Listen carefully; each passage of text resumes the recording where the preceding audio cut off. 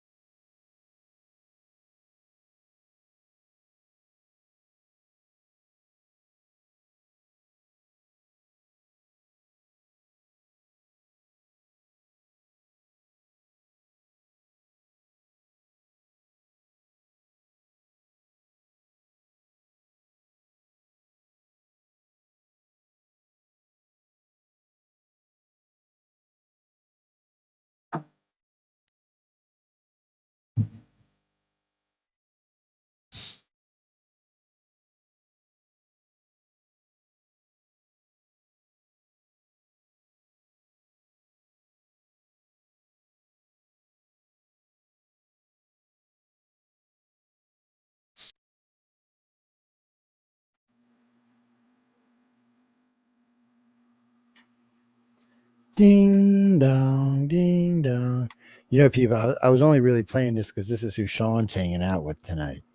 I wasn't supposed to tell y'all. He's gonna probably get mad at me too for telling y'all, but he's quite literally out being probed by the alien entities that are roaming this sector of the galaxy. So he is currently unavailable until said probing has commenced. That's yeah. Hey, I can't help if the alien looks like her. I didn't make the alien look like her. But hey, if you got to be probed by an alien, that's the kind you want to be probed by. Well, apparently it was two 21-year-old and 23-year-old sets of twins. That's right. That were probably in this video we just seen. Yeah, see people. I told you he's a horn dog. Y'all didn't believe me. No, he's Santa Claus. Yeah, he's Santa Claus. He's ho-hoing around like ho-ho always does. Damn. Nah, we always miss him when he's not around. That's no. What do you mean? Well, I was going to play some promos, but if you just want to be a butthole about it, I think Jimmy Kimmel's being a crybaby. Yeah, I seen this little pansy fit little thing you're talking about. Like, I would agree. "Oh, it's free speech. Well, nobody said you couldn't say it. They just said you couldn't say it if you wanted to keep your job. Yeah, so you can say it. The press keeps repeating what you said. I've heard it Parallel all or the time. not, right or wrong, Jimmy the Greek went the same way. Jimmy the Greek was a professional sports entity for how many years, Joe? 30 years in the 60s and Long time. 70s? Yeah, he's a long time. Yeah, a long time. And he was on, I don't know, Monday Night Football, Sunday Night Football. He was on NFL football doing play-by-play. And one of the newer guys, if anyone hasn't noticed, most of the new play-by-play guys in the NFL are former players. But before that, usually it wasn't former players that were doing play-by-play. It was guys who actually failed at sports. That's why they became reporters. So, the one guy asked why the Philadelphia Eagles player was so fast. Why was he so fast? Why was his muscles on his legs so big?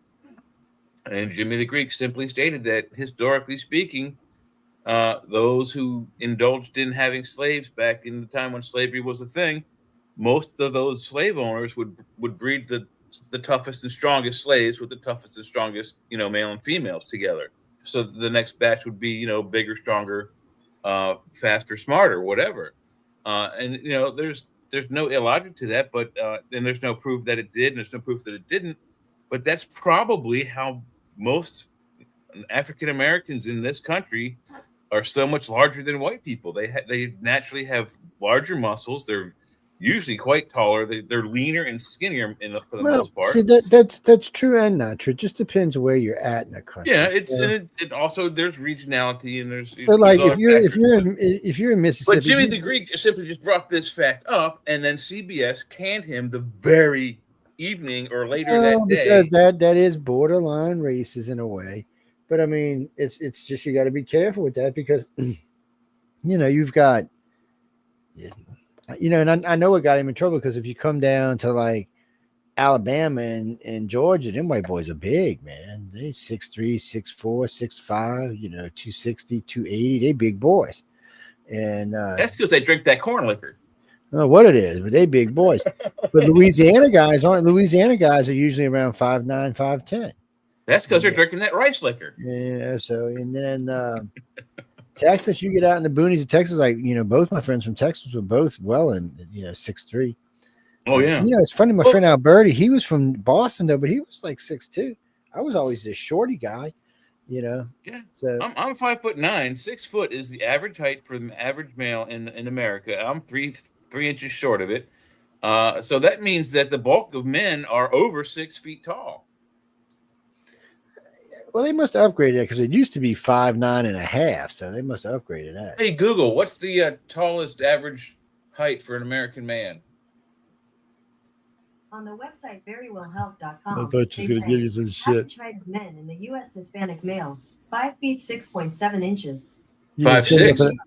No, she said Hispanic. Males, 5 feet 9.1 inches, and white males, 5 feet 9.8 inches. Yeah. 5.9 for what? All right. Hey, Google, what is the United States average for the average height of men? 5 feet 9 inches. On the website. Hey, Google, stop. Yeah, 5 feet 9 for all men is 5 feet 9. So when you're like 6 foot, you're so it did come down. You're considered weird. Well, because you're bringing in other races, and now it's breeding in with our country. Yeah, we're getting shorter and fatter. It really does have more to do where you are in the United States. Though, it really does. What do you mean? Regionality, not just the food. New York doesn't have men. New York's got like Tampon Tim and stuff. They don't have men up there. Don't try to lie to us. I got women friends up there. They tell me there's no men in New York. New York, I'm told, is wholly and entirely populated by male sex robots, and that's it. That's it.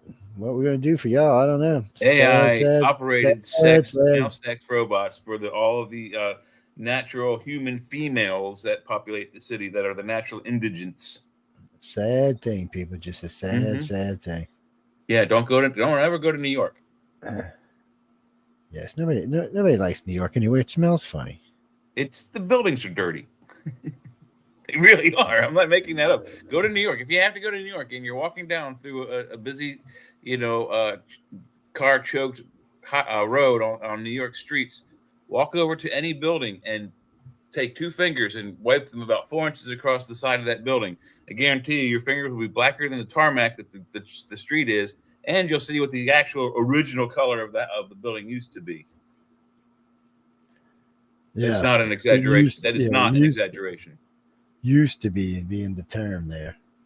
Well, it's because of the soot and the exhaust from all the cars. It's just the buildings at ground level, especially near the busy streets, they collect so much soot and road debris, whatever road junk is splashed up, oils and just nasty stuff that they start to turn black. But I noticed we used to have a metal roof in this house, which we lost during Hurricane Zeta.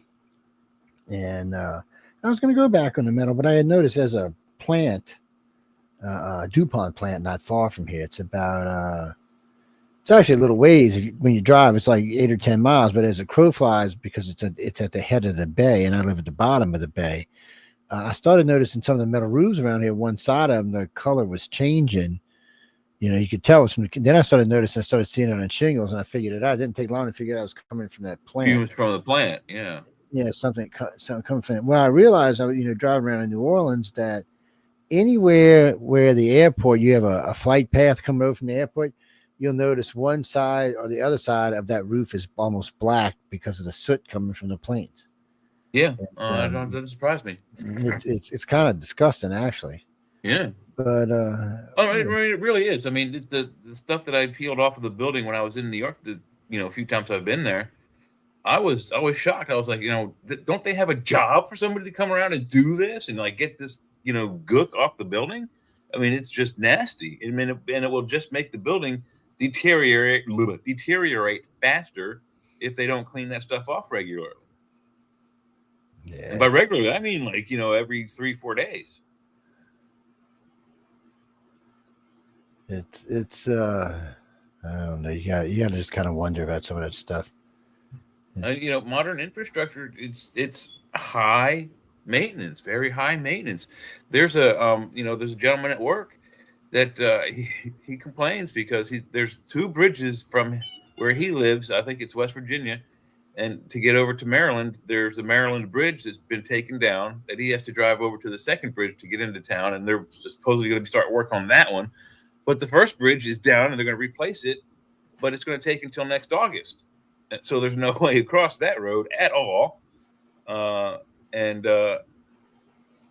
It's just our whole country is just like that across every state, every county. Old bridges, 40, 50, 60-year-old bridges that need to be taken down and, reworked with modern materials. And we're just now starting to see with those few states that have the recreational medical marijuanas, most of those revenues are going towards state infrastructure, such as streets and schools and that kind of thing. And we're starting to see some of that in Maryland. And that's the process. Is that bridge is because of the recreational sales of marijuana has been dubbed for replacement. Well, it's also they're taking their sweet ass time. If you had the time and money to make it fit, to make it right, why not do it in 3 or 6 months? Why does it take a whole year? It seems like it was very badly planned. But the infrastructure, maybe it's that bad that they have to. It takes them a year to take it apart. I don't know. It's really, really horrible.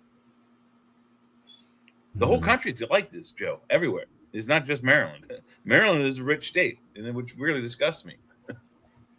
I've been noticing some infrastructure projects have been going pretty good, and some of them are just, I don't know what some of them are. They're just garbage, fake. That could be, yeah, just to spend the money that's on the books, I guess. That's why they're taking their time. Well, they've got to spend the money. They don't have a choice, so they lose it. It's got to be spent. It's got to be spent in certain parameters, so it makes it a little harder. But still, I have seen them do things like they redid the interstate ramps. Yeah. So they work differently now. So they used to be the loop-to-loop ramps, where you could go around and hit all 4 exits by just staying on the interstate and doing the loop, and then coming up and loop and coming up and loop, and you could get off on all 4 exits. But then they changed it now to where some are just individual exits. It was better the other way.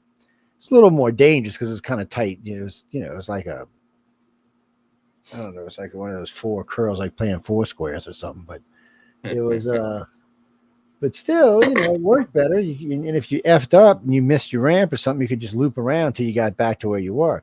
But now you got to get off the interstate, get on the side streets, drive around, come back all the way around. It's a big pain in the ass. And but that's because they had to spend that money. And that particular parish didn't have nowhere else to spend it but there. So that's what they did with it. But and the other unfortunate thing is also because I guess it's because of fiscal months and years and whatnot is when they have to start spending that money, or when they when that money, once that money is acquisition, and when it starts on a fiscal month, beginning of a fiscal segment, it's usually in the fall. And if you have up here particularly, we have snow and ice and freezing rain and sleet. You put down freshly wet pavement in the fall, and it doesn't dry all the way. The water that's still inside the asphalt, when it comes to wintertime, it just freezes and refreezes and freezes and refreezes and cracks. And the same repairs you're making now in the fall, the late fall, particularly later on this year, there's going to be a lot more road projects throughout this region. Those same faults in the road are going to come back because you keep just doing the same stupid thing. Reverse those projects, put them at the beginning of like the spring and fall or the spring and summer, when people are out of school and they're on vacation and they're leaving their homes for 2 and 3 weeks at a time, going to the beach, or even if they're only going to the beach every weekend, you have less traffic on the road because there's no school buses, there's no kids running around, and there's much more. It's much more of a convenience to be inconvenienced then because there's less traffic. They don't do it. It's stupid. It is, but they do a lot of work here at night. They bring out the big lights, and they do a lot of the work at night. A lot of highway work is done overnight too, which is smart because again, no traffic, less traffic. And the traffic that is usually very aware professional drivers. Now, don't get me wrong, truckers out there. I love all truckers. My family was in trucking for 20 some years. There are good truckers and bad truckers. Most of you are good. Some of you are average, but there's a lot of you that just, you're in it for the money and you suck at your job and you don't want to do it. But just as long as they're aware, and most of them are at night, I've driven most of the time at night.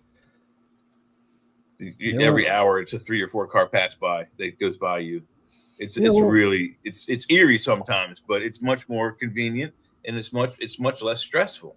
Well, it depends. It depends what I'm doing. So a lot of times I prefer to drive at night.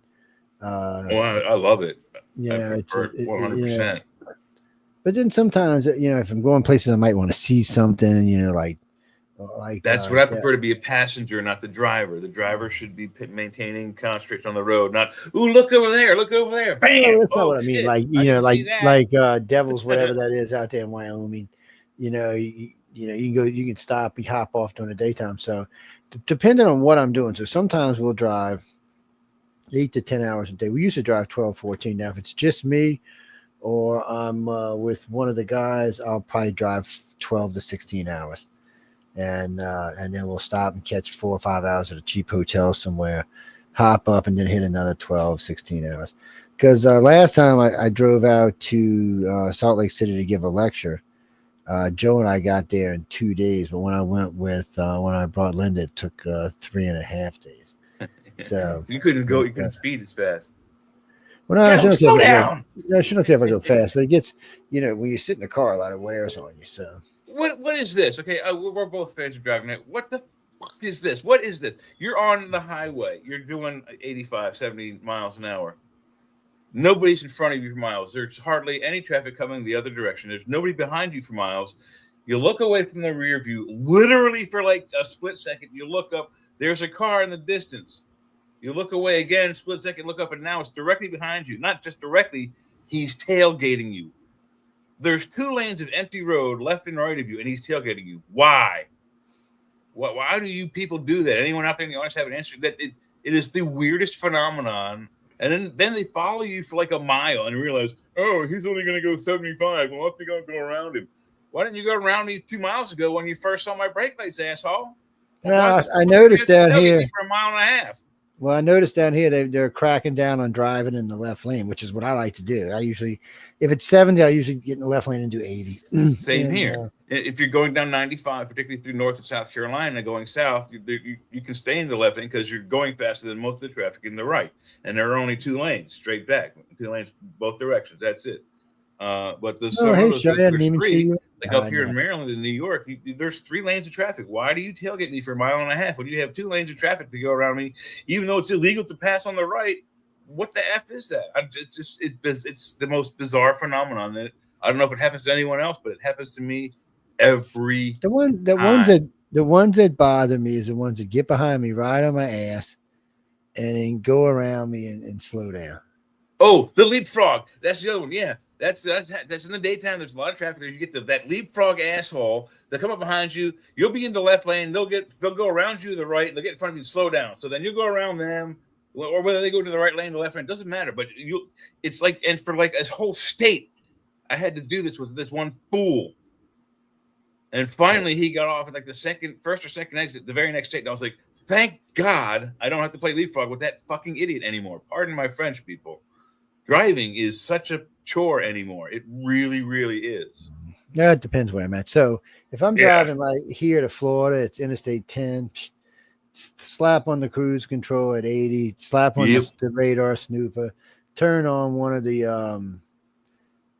GPS things. Not people, because I know where I'm going, but I like to use them because they say cop ahead, warning, cop ahead. Yeah, Wives seems to work the best, but the others work pretty good too. And I'll usually have 2 running, so that way ahead, breakdown ahead. I like all that stuff. Let you know what's coming on when you're cruising. Yeah. And, the good thing about GPS is no longer are you going to get in trouble in the state of Virginia and other states. And I'm not sure if Pennsylvania is one of them, but there are several states where the old radar and laser detectors are illegal, so that you can't avoid being, stopped by their speed traps. So that doesn't matter now with the GPS. Most of them tell you where there's accidents, even weather incidents where you have low visibility. It'll tell you that kind of shit too. Yeah. Oh, 2 of the ones I use do workarounds, how to get around accidents and stuff, and it's well, people, you got to watch. It's better, yeah. Well, no, because the GPS works good enough to get you around, but it's better to So for me, I've done a lot of exploring. So from basically the Florida Keys all the way up into the Carolinas, all the way across into San Diego, I know my way around pretty well. And so I can hop off of interstate and get around and stuff like that. And matter of fact, we were cruising through Dallas, and man, we was in a group. Everybody's doing about 85. And just the traffic just stopped. And I seen a ramp. I said, well, hell with this. I'm going to get off and I'll go wandering down the ramp, down one of the highways to where it takes me. So I got off the ramp. As soon as I got up to the top of the ramp, the wreck was right before the off ramp. So I just hopped back on and went on about my business. So all them people that were lying way back there, all they had to do is get off on the exit and then get back on the interstate, and they could have got around all of that. You would have thought people are cows. They will follow the leader until they realize, oh shit, I have to jump off this 5,000 foot high cliff, and maybe I'll make it, maybe I won't. Yeah, no, I get but and then in the old days we used to just print out everything and I'd give it to Linda. Yeah. Put her over in a chair and said, okay, this is where we are, this is where we're going. Just you keep reading and get rid of the page when we're done. Yeah, those are the first years of like Yahoo Maps and that kind of shit, way back in like the early days of the internet. And I say early days of the internet, I mean the internet started in when I was first driving, you'd have to trace it out on a map where you were going and find the different highways you were going to use. And it worked. It's just a pain in the ass. And then along comes this. This was good. Told you where to exit the whole 9 yards. You just followed the map. And then of course they put it on your phone after that. It was just, but you got to watch your phone, your GPS. Somebody ain't always right. A couple of times it's taking me places I'm wondering, well, what was this about? Sometimes it's late on cues for tell you to drive. Turn left now. It's like the left now was like a half mile ago. It's like, oh shit! You got to turn around again. I love when it tells me in an Aussie voice, "You are speeding." I'm like, what are you talking about? I'm speeding. Mine hasn't gotten on me on that. I usually do about 10 miles over the posted speed limit. 9 to 10 miles on the highways. 5 to 8 in the city. It just depends where I'm at and what towns I'm in. like here, there's places you can speed and there's places you can't. If you get caught in some. Absolutely.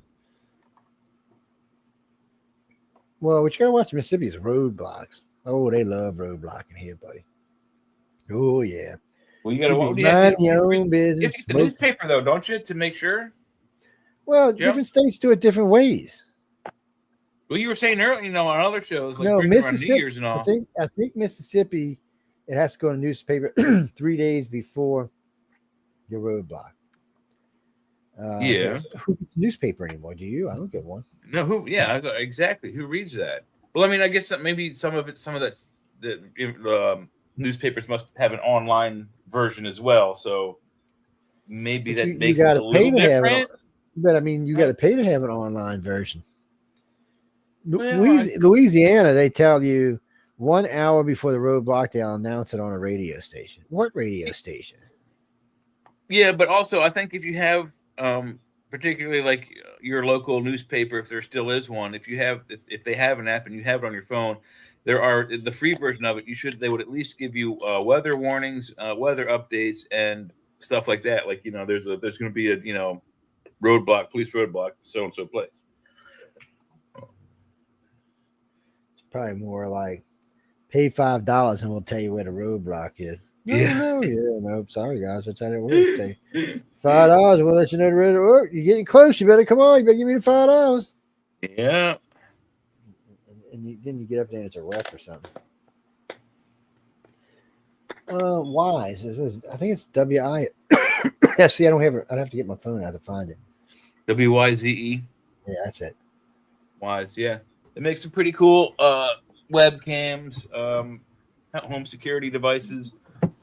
They have a bunch of voices you can use. If you are on Roku, you might notice that Roku has certain cameras now and home security as well.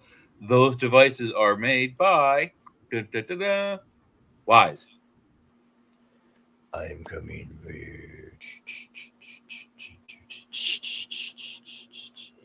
Well, John was talking about Stephen King in the other show and how he's going to be a thing of the past now. And doesn't he have a new movie coming out?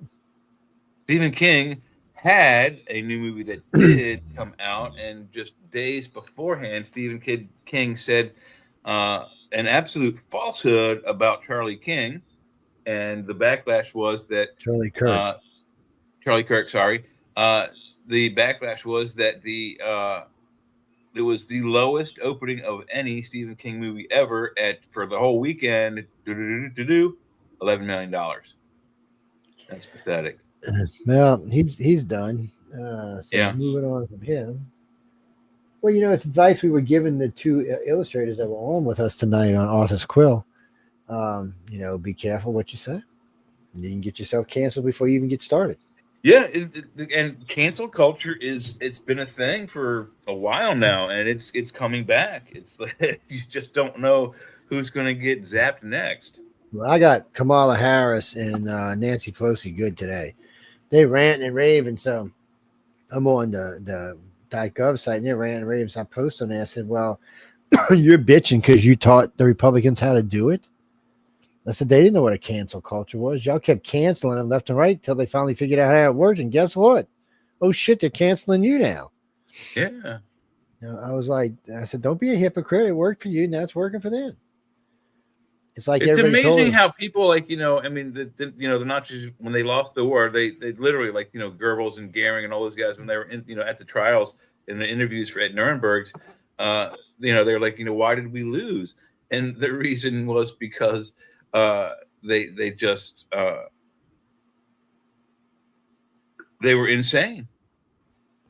They thought they had full control, and that's what the Democrats thought they had. And now the tactics they used, that the Nazis used, were the same tactics what we used to stop them. Same thing with the Democrats. They used those same tactics on the Republicans that are now being reversed on them by the Republicans, and they're surprised that their damn party is all over the place, falling apart. It's funny. Gestapo tactics work, whether you like them or not. They freaking work. I'm listening to this group from the NAACP today. And it's a big luncheon for a bunch of these old ladies. And the old lady stands up and she said, I got to thank my grandson for helping me understand about the Democrats. I'm like, well, I got to listen to this. I said, this is going Yeah, let's to be hear pretty it. good. You know, I'm figuring it's going to be some liberal crazy, you know, just some liberal crazy shit. So she stands up. She said, I want to tell him thank you for making me realize how well we've been being played for the last 80, 100 years. She said, first off, I didn't know Lincoln was a Republican. Yes. She said, I thought he was a Democrat. She said, they didn't teach me that he was a Republican in school. She said, I also didn't know Was it the Republican Party back then, or was it still called something else? Like, because no, the he Democrats. he was a Republican. That's Was it? what it Okay. says.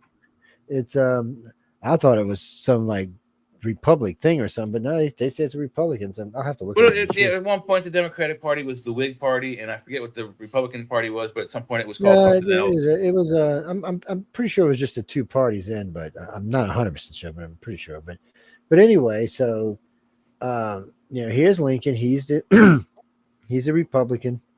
He's freeing the slaves. So the Democrats voted no to freeing the slaves. Now remember, the war wasn't initially over the slavery. The war was to stop the South from seceding from the Union. Just so y'all understand that. Lincoln later on made it about slaves to help garner help from around the world and take help away from the South. It was a very smart move on his part. But he also said that he felt that you know that they should just be freed into the United States or sent back home if that's where they wanted to go. Well, Lincoln had a couple of plans for that, but I mean, none of them were able to come up with a plan because you know some idiot in the South decided they would send someone to go kill him. Yeah, they're going to kill him. So, and then I didn't know this, but the majority of plantation owners were Democrats. Yes. So anyway, The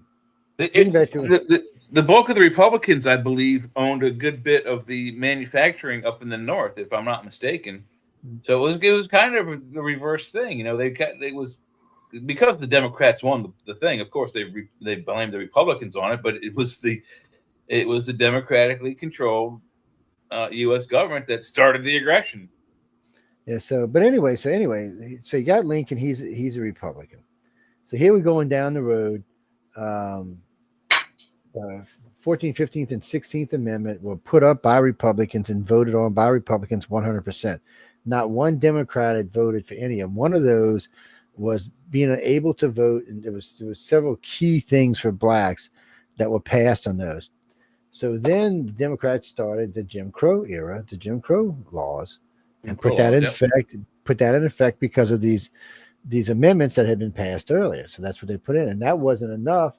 So they started the Ku Klux Klan, which, by the way, they're still run by Democrats. Mm-hmm. So anyway, this black lady's going on and on about it. She said, I didn't know any of this was true. She said, basically, the Democrats haven't done anything for us. Nothing at all. And they've done everything in their power, even to today, to keep you under their bootstraps. And so she puts it to the keynote speaker up there. Can you tell me what they've really done for us? Why should we be loyal to them? She said, because I'm not voting for them anymore. She said, they've lost my vote. And he said, I couldn't tell you. She said, because I'm not voting for them either. And, you know, so most of these people in this room didn't even know any of this was true. So what's happened is you've had a movement amongst young black men, or not just young black men, but 40 and under black men, that's been dragging along young black women in the same age group. And they're waking up to this. They're being educated to the fact that they've been lied to, and that's not how this all works. So they certainly do not teach these things in public schools, not in grade school, junior high, or high school. Yeah, so that's seriously changing the way people view this. Now, Charlie Kirk was going in there. It's a 180-degree flip. Mm-hmm. And here's Charlie Kirk. So the blacks are flipping, the Hispanics are flipping, and here's Charlie Kirk bringing back the Christians. I mean, they were headed for some kind of apocalyptic event of power. Yeah. Well, Jane, I mean, we're talking serious power here. We're not talking, this isn't for the lighthearted. We're talking a lot of power here. And right now, if I was reading yesterday, so right now it's close to 3 million people have left the Democratic Party, and the Republicans have gained 3 million. And that's not necessary. 3 million. 3 million. And that's not necessarily all the ones who left the Democrats are voting have become Republicans, because they're not. So that's a 6 million gap. How do you feel that? Where do you feel that? You don't. You got. Oh, geez. I mean, there's no coming back from that. There really is no coming back from that. And then with the people leaving, like Jean Paris, she's gone. I can't remember the little Chinese girl who does all of the money for them. She's American. She just looks Asian. And she did all the big donors. She was the one in charge of getting them. They left. They're not there anymore. Fetterman all but told the Democrats to go, themselves. Jeffries, Akeem Jeffries, pretty much has done the same thing. These are big Democrats, and they're tired of it. Yeah. And all of them are saying the same thing. One, I can't believe you'd say anything bad about Charlie Kirk, because AOC got up there and was ranting and raving the other day. AOC, as long as you get a mic in her face, somebody should just. I'm not going to say that, but that Fetterman is the one black sheep in the entire group that's new to the Senate. He didn't say word one bad about Trump. In fact, he said quite a few good things about Trump during his campaign, and he won still. And he has since, I think, flipped over. I mean, I think he's going to be a Republican. He said his vote is not going to stop the government. The government shutdown. So that gives them 53 or 54. I think they need 6 more. Schumer's not going to do it because he got made such a fool of. And Cory Booker's like, close the damn government, man. Close it. Close it. I can just hear Al Green now. Close the government. Close. How is that good for anybody? Close that damn government. What's that, Jackie? People think I'm black anyway, chick. Oh, yeah. I'm not kidding you. I get, so this has happened to me many times. I've done interviews and stuff like that where it's just voice. And then they'll meet me and you're white. And you could see like in their stunned in their face. I'm like, of course I'm white. You didn't look at my profile? Yeah. I got lots of pictures on the internet. Type in my name, they're everywhere. Some are good, some are horrible. In the landlines, people wouldn't, we didn't have cell phones, landline phone. You talk to someone for the first time on the phone, then you go to their office, make an appointment or whatever, and you go, and they're like, "Oh, I thought you were a black person." I'm like, "Nope, just have a very deep voice. That's all. Sorry." It's the colloquialisms in Louisiana. That's why. Mm-hmm. Yes, and I use a lot of the same. It's not just Louisiana. What do you mean? Does it offend me? Why would it offend me? No, it has been funny because like this girl had a crush on me. She came down to meet me, and I was in DC doing a lecture. This is like 18 years ago. It's a long time. So her and her 2 sisters came down to meet me, and I had Linda with me, and also they come walking in. We're at the Washington Press Club in DC, and they just come in the doors. And I was talking, and she said, "Oh, I can hear his voice. I can hear his voice." And her 2 sisters said, "But baby, he's white." Telling her, the sister the one that came to see me, said, "He's white." She said, "No, he's a black guy." She said, "No, you better look up and look."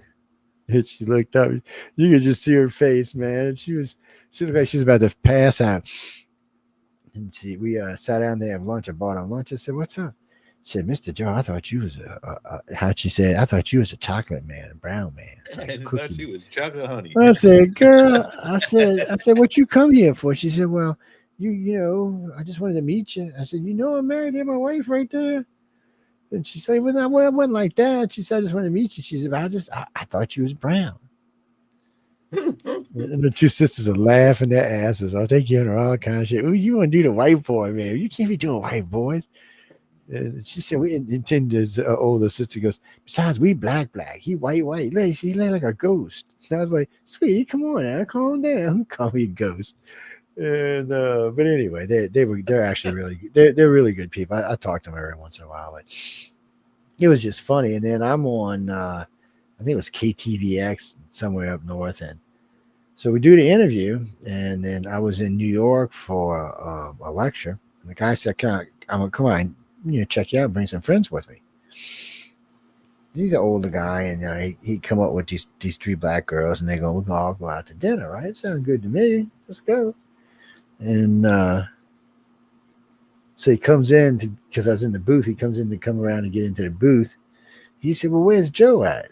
I said, "Joe's right here." And she's like, "No, Joe, the radio guy, Joe."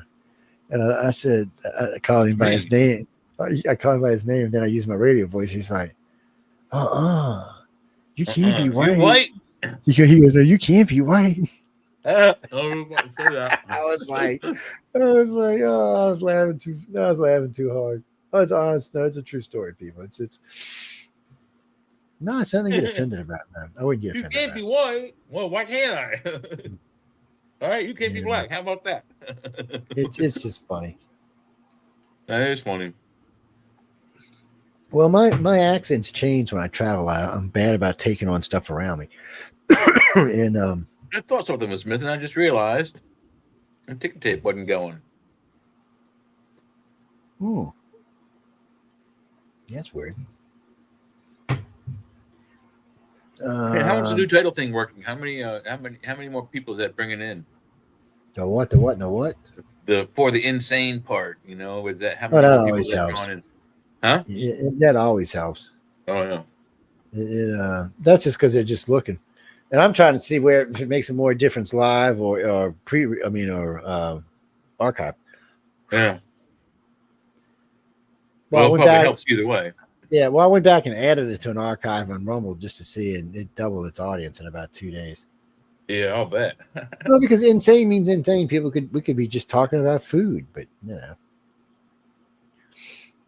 Well, I had a guest on, and I was talking about food porn. She's like, "Joe, I didn't know you did porn and with food." She said, "That's kind of nasty." I'm like, "What is wrong with you? Food porn is not real porn; it's food porn." Yes, it's But then I told her- someone on. Okay, so food porn for the uninitiated is especially social media type of stuff, where someone who is an adept cook, Amelia Pisano, goes into their kitchen and makes something really delicious and yummy, and then posts it on social media, Facebook, X, Twitter, whatever you want to put it on, right? That's food porn. It's nothing. It's not like naked people having sex with food. Strawberry and glaze and Yeah, whipped Keep cream. your minds out of the all gutter. over It's the an place. actual food subject. Yeah. Well, yeah, because I'm a good cook. She's a good cook. Several other people we know are good cooks, and we'll share recipes and talk about it. Sometimes share pictures and stuff. Could we tell them the news? Amelia started it because the huzzy kept sending me stuff. I would be live, and she'd just send me all kind of stuff. So by the time I got off air, I was starving anyway. Yeah. She just spamming me with food porn. So I started calling it food porn because that's what it is. Instead of wanting sexual food. That's all. Yeah. Good food too. No, she's a really good cook. Right now, I'm waiting on chocolate. She can't send it unless it's cold outside. I don't know. I don't live in Canada. I live in the South. Well, if you know the rule about chocolate, the rule is you're supposed to be able to transport it at room temperature without it melting or sticking to your fingers. But the instant it hits your tongue, it should begin to melt instantly. That's when it's been made correctly. Is when you can hold it for a prolonged period and it doesn't melt onto your fingers, but as soon as you eat it, it starts to disappear. Yeah, see, that's food porn too. You see that? Yeah. It's food porn. That is food porn. Yeah. Jack, I'm sorry, I should preface that with a warning. That's why M&Ms have a candy coating on them because the chocolate's so soft it'll melt as soon as it touches you. Melts in your mouth, not in your What are hand. you talking about? Reese's cup will start melting as soon as you get 3 fingers on it, man. What are you talking about? If you get the bad ones, yes. Bad ones. I get the real ones, the big ones. No, I'm talking. Yeah, you get bad batches of those things when the dye is like running out of the machine, so they don't when they're being spinning in that brass urn to get the candy coating. When they run out of that color, it becomes a nasty wet mess. Oh no, I was talking about. Bag. No, I was talking about Reese's cups, not M&Ms. I was talking about Reese's cups. Oh, I thought we were talking about M&Ms. We were, but I switched topics. But the Reese's cups, you get hold of them. They soft, man. Good. Reese's cups are good. Yeah, last night I tried to eat a gallon of chocolate chip cookie dough ice cream. I had to go. A gallon? No, half Start with a quart, sorry. dude. Start with a quart. I tried to eat a half gallon. I only ate a quart. Start with a quart, yeah. Whatever, half a half gallon. gallon. The quart, then go to the next quart. If you can't do that, boom. At least you got a partial quart for the next beginning. Man, there's some ice cream companies I miss. Like Swenson's used to do this sticky chocolate fudge it was like Oh yeah. stuff was fabulous. They went out Yes. of business finally. Now, Baskin Robbins supposedly picked up some. And I don't know Ben and Jerry. I never liked Ben and Jerry's, Jimmy. No, I don't. I don't. Sorry, you can't say that anymore. It's now Ben. Well, that's right. Jerry The other said- guy Jerry quit said, because fuck you and left the company. Pardon my Yes, French. Ben kept probing him in the ass and wouldn't let him say anything. I Just do it. Ben's ice cream. I wonder if they're gonna put his last name on there. Dover. It's gonna be Ben Dover ice cream. Oh God. Somebody should send that in, man. Bend over ice cream. That's he's a pervert. Yes. Good thing Sean's not here. He'd be getting a new nickname. Yeah, probably so. I mean, the Oh, first okay, and last so- are his nicknames. So Elizabeth, where Elizabeth, where are you from? Oh, you're from Chicago, but you're living where? Oh, in Key West. Well, how you Oh, like it? lucky down there? you. Key West, is a nice Oh, by the way, place, there's yeah. a hurricane coming. You might want to drive north a little bit. It's yeah, no, Key West is cool. Yeah, as long as I've it's not never big. been. I've been to Florida, but not Key West. It's oh, it's been a while since the last time I went down there. Last time I went to go see Hemingway's house. And That would probably be cool. I would probably enjoy that. well, a friend of mine has some property down there. And one of my owners actually two of my owners keeps yachts down there. Yeah, yachts. I don't know. They're like 70 feet, 80 feet. They're not giant yachts. I think what's his face is 90 feet, and the other one's like 110 or something. I mean, they're big, but they're not like super big yachts. Not like what my nephew owned. Oh, that thing was huge. Yeah, it was massive. I think it was 370 feet or something. It was huge. Well, I say it because he passed last year, so his husband's got it now. It's big enough that it had a heliport on it. Yes, it could hold its own helicopter and several other boats that were inside of it and things. Jet If ski, it can launch and recover its own vehicles, it is not a boat. It is a ship. well, it's a yacht, man. It's a yacht. That makes it a ship. Yes, sir. Yeah, It's a 100%. shit yacht. But just it's funny because some people in other countries call you when they say yacht, they mean boats. But when we say yachts, Not all yachts can launch tenders and recover them. So Yeah. some do, some don't. All depends on the layout of the boat or ship. Oh, on no, Stewart's had it had a 25-foot 4 engine in the back that it had back there.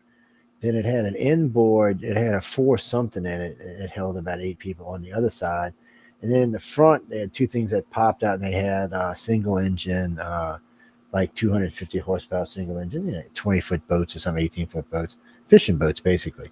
And Yeah. then there was 6 jet skis on board, a bunch of other party stuff that popped out would float around. They had their own little air thing with air Yeah, it mattresses. sounds exactly like my grandfather's yacht. He had a Hatteras fishing vessel, and it was a 68-footer. And in the hold, there was that kind of stuff: skis and balloons and things to tow behind. They also had the outriggers for like catching large game fish like tuna and sailfish and all that kind of thing. Yeah. And it had 2 Johnson onboard twin turbine 450 cc engines. I mean, these engines were as big as a car. That's how big they were. Oh yeah, they Yeah. But Jack, I never got to go on his big one. The one that was 370, I never got to go on that one. He had one he initially bought was like 222, and I don't know. No, these weren't converted ships. These were built to yachts. Well, he was worth probably 1.5 billion or so. They were he was an environmental lawyer. His husband is a criminal lawyer, and then they had a partner that did something else.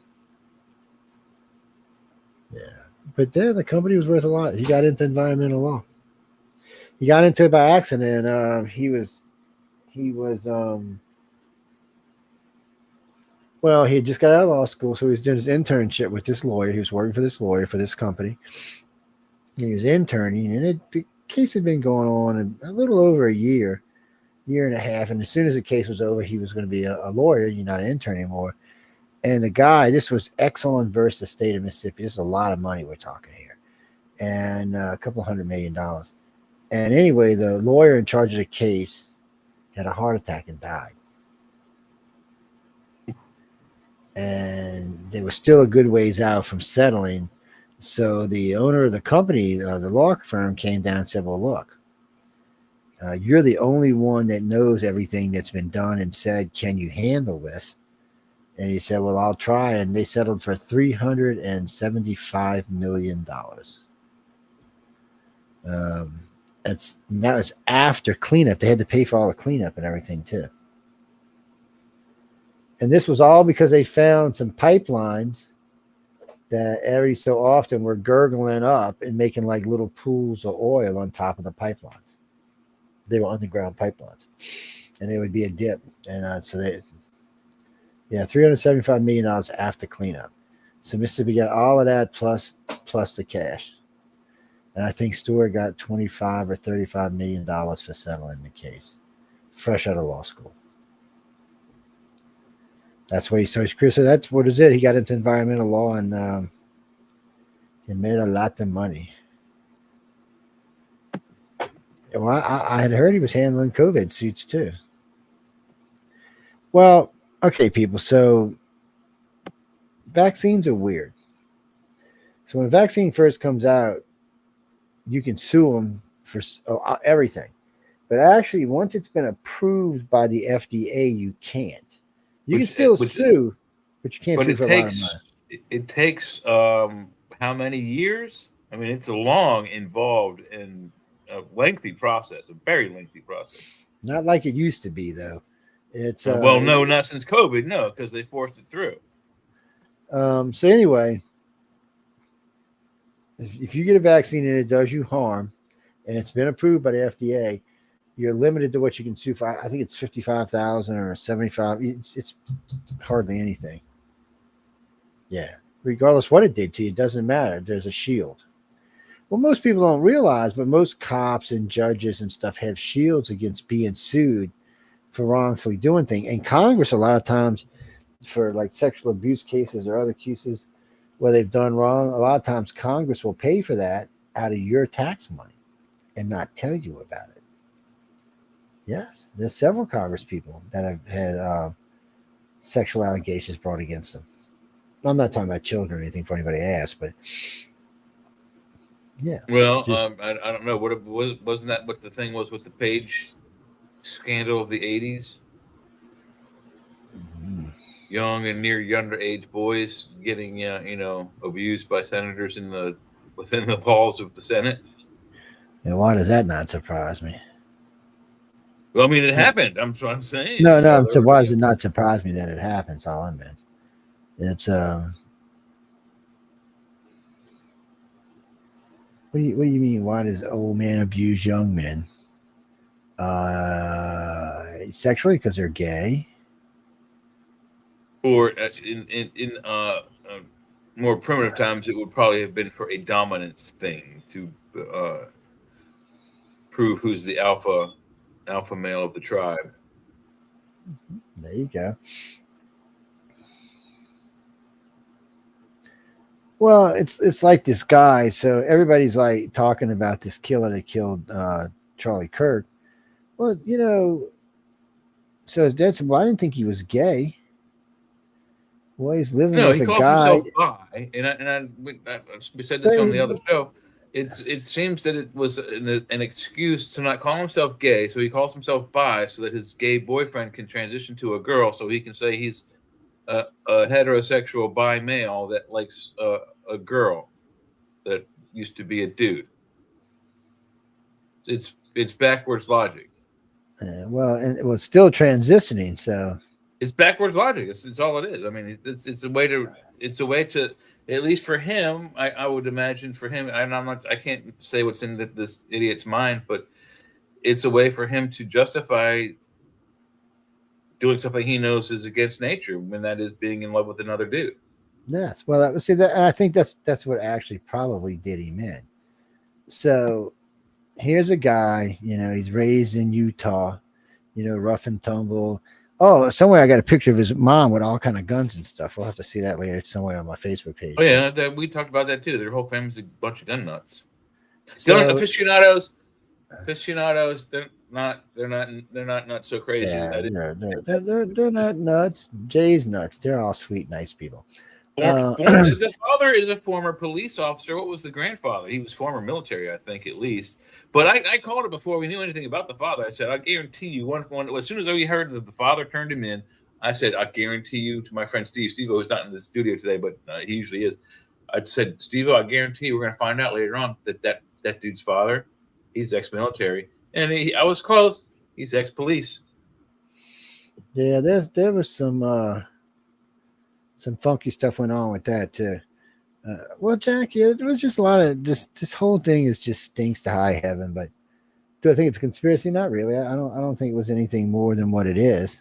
Well, some people are, because it's so cut and dry. I mean, it's just like the evidence is like we're watching the police obtain the evidence in the chain of command, in the chain of evidence that they're going to use at the trial. I mean, it's going to be the gun, and then the kid, and we just watch it online. We see the kid jump off the thing, then they find the gun, then they find the kid. That's exactly how it happened. It's unbelievable. It is unbelievable how fast this news went across. 33 hours, dude. 33 hours. That's less than 3 days. So I think the world just not used to things just being so cut and dry. That's all. They're like, what the hell's going on? And no, trust me, I studied for 2 years to become a policeman. No officer, especially a detective, no detective is ever going to tell you that any case, especially a big, highfalutin murder case like this, is going to be solved that fast in 33 days. 33 hours. 33 hours. Sorry. Yeah, sometimes they are. Though sometimes things are cut and dry. That's 3 hours shy of 3 whole days. It's like the guy who drove down the street. It's like the guy who drove down the street in New Orleans. His case is over and done in 14 hours. Once they got him, they knew who he was and what he did. I mean, sometimes it's Harvey was within an hour and 15 minutes of JFK being shot. I mean, sometimes things are just what they are, and sometimes they're not. It's just we're so used to things not always being what they are, it makes us nervous. And I guess that's true. Yeah. Yeah, I'm not exactly a fan of. Because I hear too much. Well, that's just how it is. Well, no, maybe it's not just how it is. Maybe there's some other shit going on here. How's that? Look, David Letterman. I mean, he really put it down in a nutshell. I don't agree with how he said it, but he defended a certain amount of speech, but he didn't defend people celebrating the man being killed. What he did say was that it's improper what's going on, and I agree with him. If Kimmel said something that was offensive to the chief executives or even the company byline or the company, employee, how you're supposed to act, policies, if he violated any of those, yeah, should fire the man. If what he said violates the company's ideas on politics, fire the man. That the company's absolutely allowed to do that. It's a private company. They can do what they want with their employees, regardless of what the president may or may not think or say to them. Well, it's definitely up to them what they want to do. I mean, they have free will. It's they didn't like what he said, so they pulled him. What did they say in that song? If you choose not to decide, you still have made a choice. Thank you, Mr. Pert. No, Jimmy, that's just the way it is. I mean, you don't like it, still got to deal with it. Jimmy Kimmel's not the first. Jimmy the Greek did it. Who else did it too? They did a whole bunch of people. John Madden, I think, was run off of TV for the same reason. Because John Madden's just a big, lovable, dumb, stupid idiot. The man has a college degree. I think that's a freebie. But if you ever seen the man on TV, he's not all that smart. But he's a nice, lovable dude. He's just dumb. There's nothing wrong with that. And that's what got him fired. Same with Jimmy the Greek. Jimmy the Greek isn't, necessarily one of the wisest men on the planet, but He said something stupid on CBS football, and they fired his ass. Yeah, unfortunately, people, you can't say something stupid anymore. Well, we can, but they can't. Yeah. Yeah, we're not network driven, and we're not causing or bringing in ad money. Soon as But we that's wouldn't the thing. be As soon as dealing you with mess ads with the that would do network's that. money, they're gonna fire your ass. Yeah, it's well, I will say this: I see it's making the View behave. Oh yeah, for how long? I don't know, but the View were scheduled to talk about Jimmy Kimmel Thursday, and the big boys told them no, and they told them no more lies. They told them no more lying. Well, they said it was Whoopi said, or one of them said they no more mistruths or anything like that. All that has to stop. There has to start seeing conservatives and Republicans coming on the show and giving a fair chance, or the show's going to get closed down. Because liberals are slipping away quickly at 14% favorable rating amongst the population. That's nobody's watching your shit if you're a Republican. I mean, if you're a Democrat. No.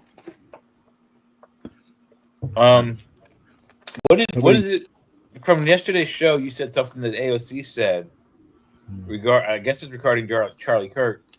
And then afterwards I said, "Wow, she's out." Do you remember what it was that she said that you brought up yesterday's show? It's somewhere on the thing now. I don't remember that. It's what was it? I don't remember. My brain's not even going there. Well, I mean, it's the whole party. We keep bringing this back up and up. They're cutting each other's throats just to stay afloat and stay alive. Now I know she was hating on Charlie Kirk yesterday, or whatever day they were doing the vote. She was hating nonstop, and now she's got people in the Bronx telling her, maybe you shouldn't run again. Yeah. But I think she wants to go after what's his face's seat. She wants to be a senator. No shit. Yeah, so she don't have to run every 2 years. You're stupid. She wants to get what the old man said. What she thinks she can beat him.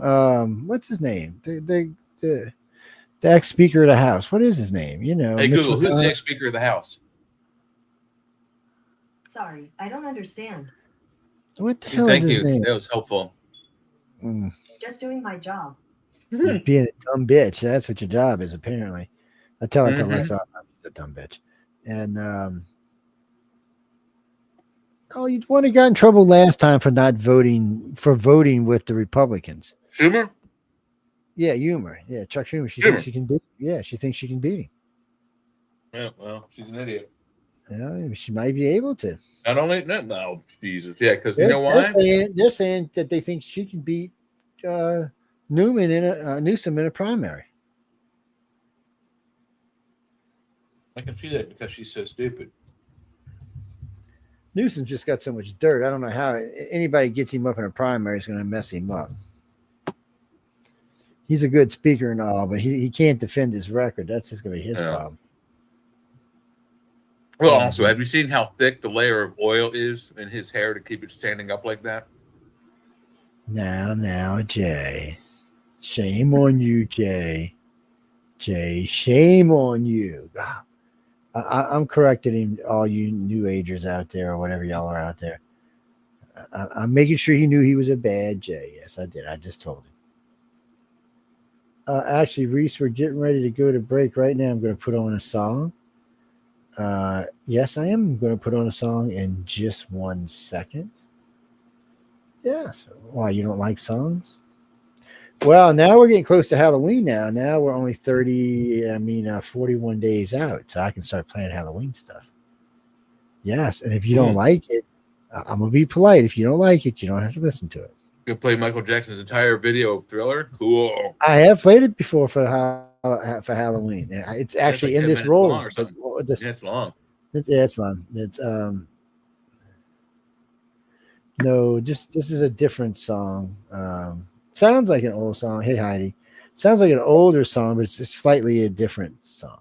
So maybe they're singing about Obama. So I'm not sure. But anyway, we're gonna put it up in a second. And no, yeah, we're gonna put it up. Here we go, and let's post it up there. Let's post it up there. And here we go. And here we go. Oh no! Oh no! Oh no! Oh, nice.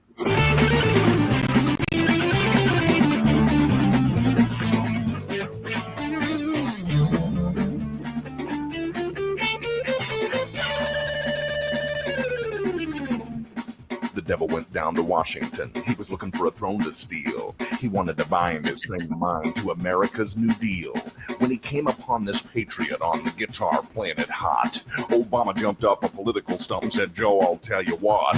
I'll bet you hadn't heard that I'm a guitar player too. And if you care to take a dare, I'll make a bet with you. Now you play a pretty good guitar. No way. Dude, the nation told whose throne I stole. I'm a better player than you. Joe said, my name's not Boy, man, and I'm ready to rebel. But I'll take your bet and your veiled threat if it'll break your evil spell. Joe, grab your Stratocaster and play your fingers hard, cause hell's broke loose in DC and Obama holds the cards. And if he wins the minds of men, the damage is untold. But if you win, the devil could be unthroned.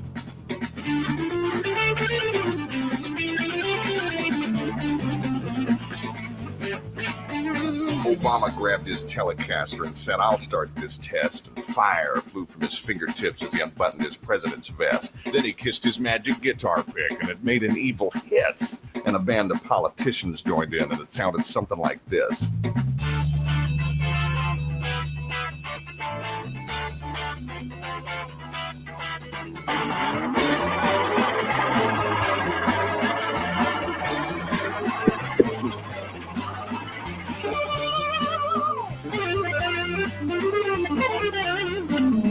And the devil go.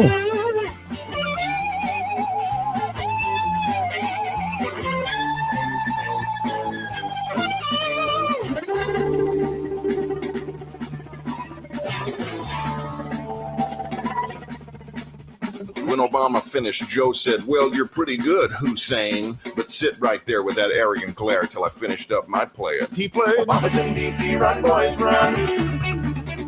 The devil in the White House ain't no fun. Chickens in Congress taking our dough.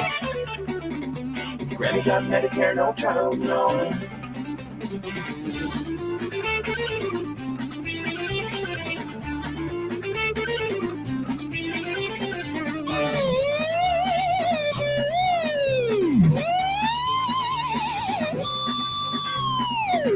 How did you find this?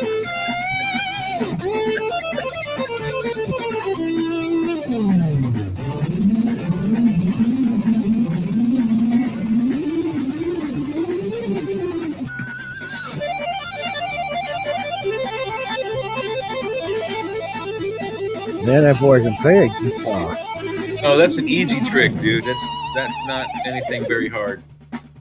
Well, Obama bowed his head because he knew that he'd been bound, and he laid his silly rubber mask before Joe upon the ground. Joe said, Obama, please get lost, and don't you ever come back again. We done told you once, you socialist pawn, you ain't our nation's friend. He played Obama's in D.C., run, boys, run. The devil in the White House ain't no fun. Chickens in Congress taking our dough. Granny got Medicare, no child, no.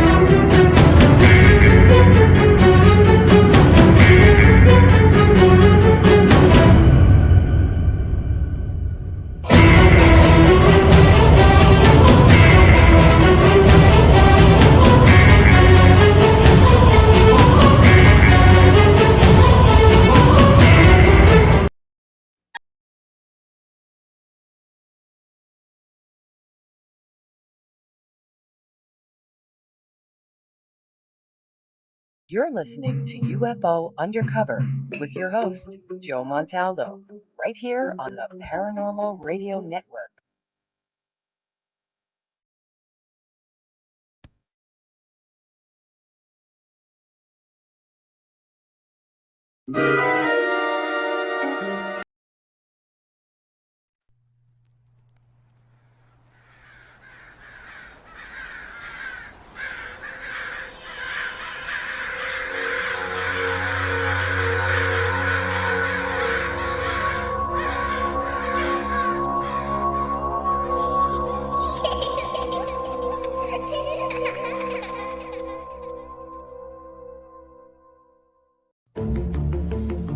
Hi, and welcome everyone to Ethereal Encounters Unveiled.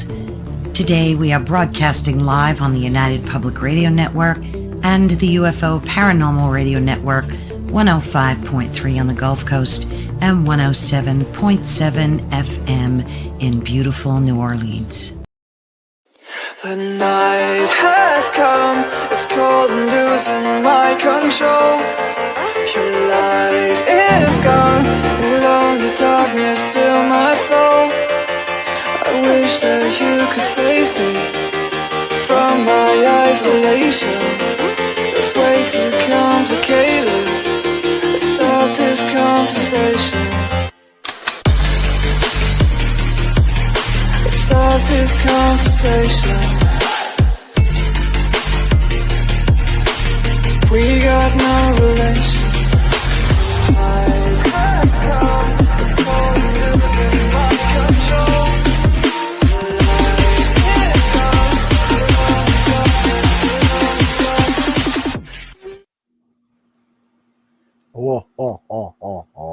This is the United Public Radio Network, 107.7 FM in New Orleans and 105.3 in the Gulf Coast. UPRN talkradio.com. Esoteric program. Radio with an attitude. Welcome back to the chat, everybody. I hope y'all having fun or being retarded or whatever the hell you fucking feel like being. I don't really care, but yeah, thank you for that song, Joe. That was that proof positive. I said it was when Obama won his first administration. I said, you know, they're going to call him the Antichrist. They're going to call him Hitler, and they were doing it already at that point. He isn't. Apparently he's the devil. So apparently he was the devil and somebody else took over, because now he just seems to be getting ready to go to jail. Yeah. So what is going on that front since you brought it up? Well, I heard he offered Trump a BJ, and Really? if he'd give him a pardon, and Trump said, you know, look, my name's not Michael. No, man, I don't go for that kind of stuff. He said, you know, somebody's got to go to jail, Obama. So who you want it to be? Why don't you give up Michael? Say she was a Russian spy or something. And Hillary were working. Spy. Yeah, her and Hillary are working together, along with other few people. We'll put all of them in jail. Oprah. And we won't tell you that guy just figured out that your birth certificate wasn't real. I cannot believe the birth certificate. Oh, you did bring up also another case about something was coming out about his birth certificate. It's already out. So some guy, some expert, got on television the other day. I don't know, it was ABC, CBS, one of the channels that love Obama, and came out and said, no, there's no doubt that what he showed us was fake. But it's worse than that. There's a tape. It might even be on my Facebook page. So Obama's actually talking about that he is not from America. He's from Kenya. Yeah. They accidentally slipped a few times in the beginning of the administration. No, but this is something else. I have to go look and see, but I don't know if I have this Facebook on this computer, because for some reason this computer's being a bitch about my Facebooks. My other three computers at my primaries, all the Facebooks are interactive with each other. This one, for some reason, maybe because it's a Dell, I don't usually buy a computer. Hey, watch it. I'm on a Dell. Hey, man, sometimes Dells get a little weird. It's Reese. No. I prefer to build my own computers when I have the time. Oh yes, I'll sit down. I don't have that kind of skill capacity. Oh, dude, I could teach you how to build a computer in an hour. By the way, ladies and gentlemen, building computers is easy. two things that you need to do right off the bat. Is Building grills is easy. I can do a grill in 45 minutes. No, listen. So you that's a whole different thing to start off with. But anyway, Robert, first thing you do before you ever touch a computer, before you ever touch any parts for a computer, is you ground yourself and you make sure there's no static or anything like that, because you'd be surprised. Them expensive chips get messed up fast. But so you just buy a motherboard. You find the chip that you want. Buy the motherboard that goes with it, with the accessories you want, like how much RAM do you want and stuff like that. You buy it, so it just screws down into the case. It's usually about 8 or 9 screws. It just screws down, holds in place. You pop open your chip holder. You take out the little plastic thing. They got a little arrow on it. You just line it up, you sink it, and you drop it in place. They got a little swing back. You pull down, push down, and it locks the chip in place. And then you depending on what kind of you're going to use, we're going to use thermal grease no matter what. So you're going to buy a little tube of thermal grease. You just squirt it all over the top of that chip. You mean dielectric grease? Yeah, there's a special kind of grease for it, but it's not hard. It's a graphic grease of some kind. But so it goes in place. It's a special temperature grease is what it is. So it goes in place, and then you lock your fan or your cooling system on top of that. Okay, there's your motherboard and your chips already together. You grab how many ever sticks of RAM you got going, and you go over the RAM slots, pop, you put them in. Now, if you've got onboard video and audio, you don't even have to install an audio or video card. But let's just say you do. They only take about 5 minutes each to install. Plus, so now you've got everything installed. Okay, it's already installed and everything. You got everything hooked up. So now you're going to put all your wires and everything together. You're going to plug up your internet to the wall. Now, remember, there's no software on this thing. Okay. Oh, don't forget, you got to put the hard drives in. You want to put at least 2 to 4 terabyte hard drives, at least 2, because of today's world. So you would definitely want to put that in there. And usually 16 gigs of RAM is good, but 32 is better for just smooth flow. And so anyway, you get all that in there, and you're ready to go. So now, first thing you got to do is install software, your operating system. That's going to come on a disk. So you hit the button. When you turn on the computer, it's going to have this weird screen on. It's a DOS screen. So when you see that, the drawer is going to open up. You're going to drop the disk and you're going to shut it. It's going to come on and ask you questions. It's going to ask you for a code. And then for the next couple of hours, it's going to do its thing, because it's going to install it pretty fast within an hour or two. But then it's going to do updates probably till the wee hours of the morning. So you get up in the morning. Now your computer is fully operational, except for your Ethernet drivers have probably been installed, so you probably don't have to worry about your internet. But if you don't, it doesn't take that long to install. But then you're going to install like your drivers and everything for your sound card and your video card, stuff like that. You just pop the disk in and follow the instructions. Building a computer is actually easy. It's kind of like plug and play. Everything's plug and play. Now, if you had to build it from scratch, where you had to put each individual resistor and diode and all that on, that's different. But today you just pick the parts you want and plug them up, and everything recognizes everything else. And today Bluetooth is much better. It recognizes things much quickly. So in the old days, I would have never tried talking on a computer using it for a radio on a wireless connection. But the one I'm on right now is on a wireless. That doesn't have to be. It's got a wire plugged into it, but it's on wireless right now. Yeah, so is mine. So the only wire plugged into mine, one is for the power cord, the other goes to an external USB port that I have like some my external lighting plugged into. Now, if I've got a really important show coming up, I'll just either go on the other computer or I'll just turn on the wire, because wired's always going to be better. But it's because I'm getting ready to add a gig up, gig down sometime next week. I'm getting that added in. For the new, so when the new Roku takes over, I can upload things much faster. Right now, I think I'm running at 100, maybe 75 megs up, which don't get me wrong, is fast for upload, and 500 or 600 down. And we had just come off a gig down and a half gig up. But I want to go a full gig up and down. So that way it's pretty smooth. Everything runs pretty fast. Big files go real fast because we do video files, Yeah, and then when you leave the house, you're going to get so mad at your cell phone for being so damn slow, you're going to toss it against a brick wall eventually. No, man. Hey, Actually, Joe Fox is in the you know house. what is so funny? That's that's the name of that guy who sang that song, Joe Fox, man. It's okay. it's so funny. So I've owned all kind of phones over. Apologize for that. He says he couldn't find us on Facebook. So it looks like they're green here. Well, are they green on your side, the Facebook feeds? Yeah, they're showing good on my side. Weird. Mercury retrograde must have started back up. Go to Rumble. The hell with them. Looks like he's on YouTube. Kelly, what are you talking about? Who's the sexiest man I know? I am. What the fuck are you talking about? Why would you even ask me that question? See, look at me. Look at that picture of me. Look, I mean, come on. That is just lizard head. Look, just look. I'm like big old that cute cuddly is cat with big sexy. teeth. I will eat your head off, buddy. You did. Out of the way. Oh, wait. Okay, sorry, guys. This Cats' reactions are faster than reptilians because that don't matter. He's got steel armor. You got little furry stuff. You're dead. No. You're dead, man. They're gonna hunt you down in our favor. They're gonna hunt you down and pack. Little panthers run around by their little lonesome. He's gonna hunt you down, a big pack of crocs and eat you up.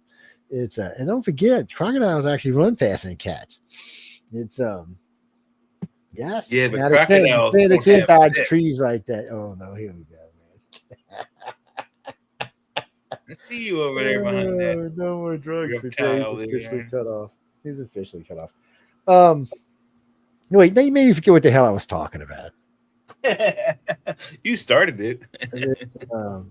People, what the hell was I talking about? Oh, Lord.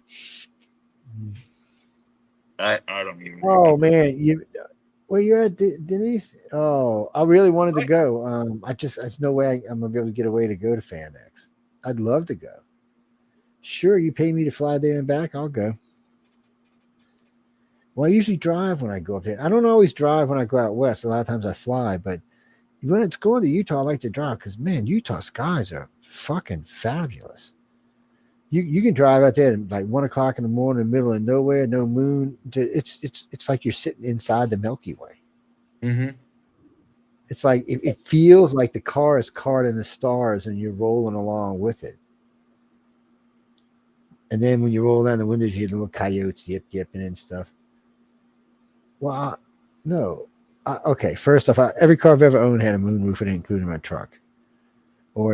I had a couple cars that had T-tops. Okay, they T-tops. But anyway, I never owned it. We've had convertibles in the family, but I never personally owned one. No. The funnest car I ever drove in my family's line of cars was my sister's Viper. Oh, my MGB was the best car I ever had. She had a full V10 maxed out Viper. Those were nice too. Special edition.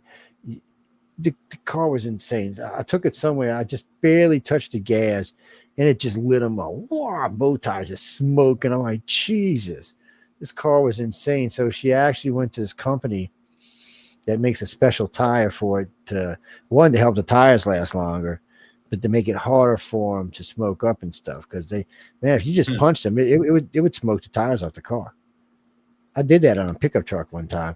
We used to put Clorox bleach on our tires and then go doing, burnouts on the ends of our neighborhood streets and leave that much rubber on the road, like a half-inch thick of just shredded rubber. I had just put a new set on. I had a Sierra 1500 Grande pickup truck, and we had put a 396 engine out of a Chevy Impala in it. Guy just had this engine all redone and all, so we stuffed it in one of those.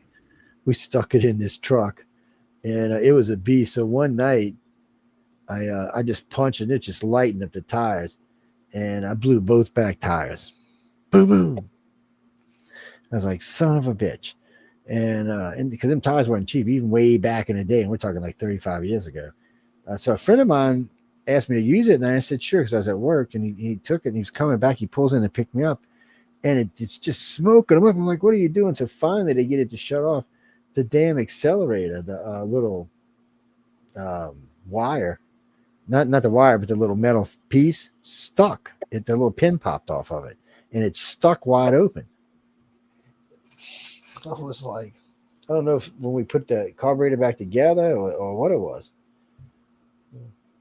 Oh, I was lucky to drive a 83 or 84 Chevy Impala. At the time, my grandfather with the trucking company that had my name on it, he would order a fleet of cars for the company, and everybody in the company could get a car for much cheaper than they could at the dealership. So my dad was always in on that deal, and he got one, and they got the whole fleet of that year they had the police transmissions and the police engines in them, and the police suspensions, but they didn't have the police interiors. Police interiors are actually heavier than the stock vehicle. So we had basically a cop car without all the extra buttons and whistles. Because with the cop cars, what they would do is they would take out the floor pans and install either steel buckets or fiberglass buckets, so that when they have the prisoners in there, they can't like bore through it. I think it's some kind of fiberglass or Kevlar type of material. But then they also have metal bars to strap handcuffs to, so they can't escape in that way. And then there's the light bars, of course, and then there's the push bars, and then they put stuff in the trunk for the shotguns and other stuff that they carry. So by the time they're all said and done, they put all this extra speed and power on the police car, but they had so much weight to it, they've effectively changed it from an interceptor to a pursuit. My car was an interceptor. Theirs was a pursuit. I lost many, many police officers. I won't say where, but somewhere, being a little slightly naughty. Yeah, I know a friend of mine, Kevin, when we were still in our teens, he got it was a Ford or I forgot which one it was. It was it came with the 460 in it, police interceptor, and it had a double shift transmission in it. This thing was just beastified. It was just too fast. I was like, Jesus, dude, you got to get rid of this car.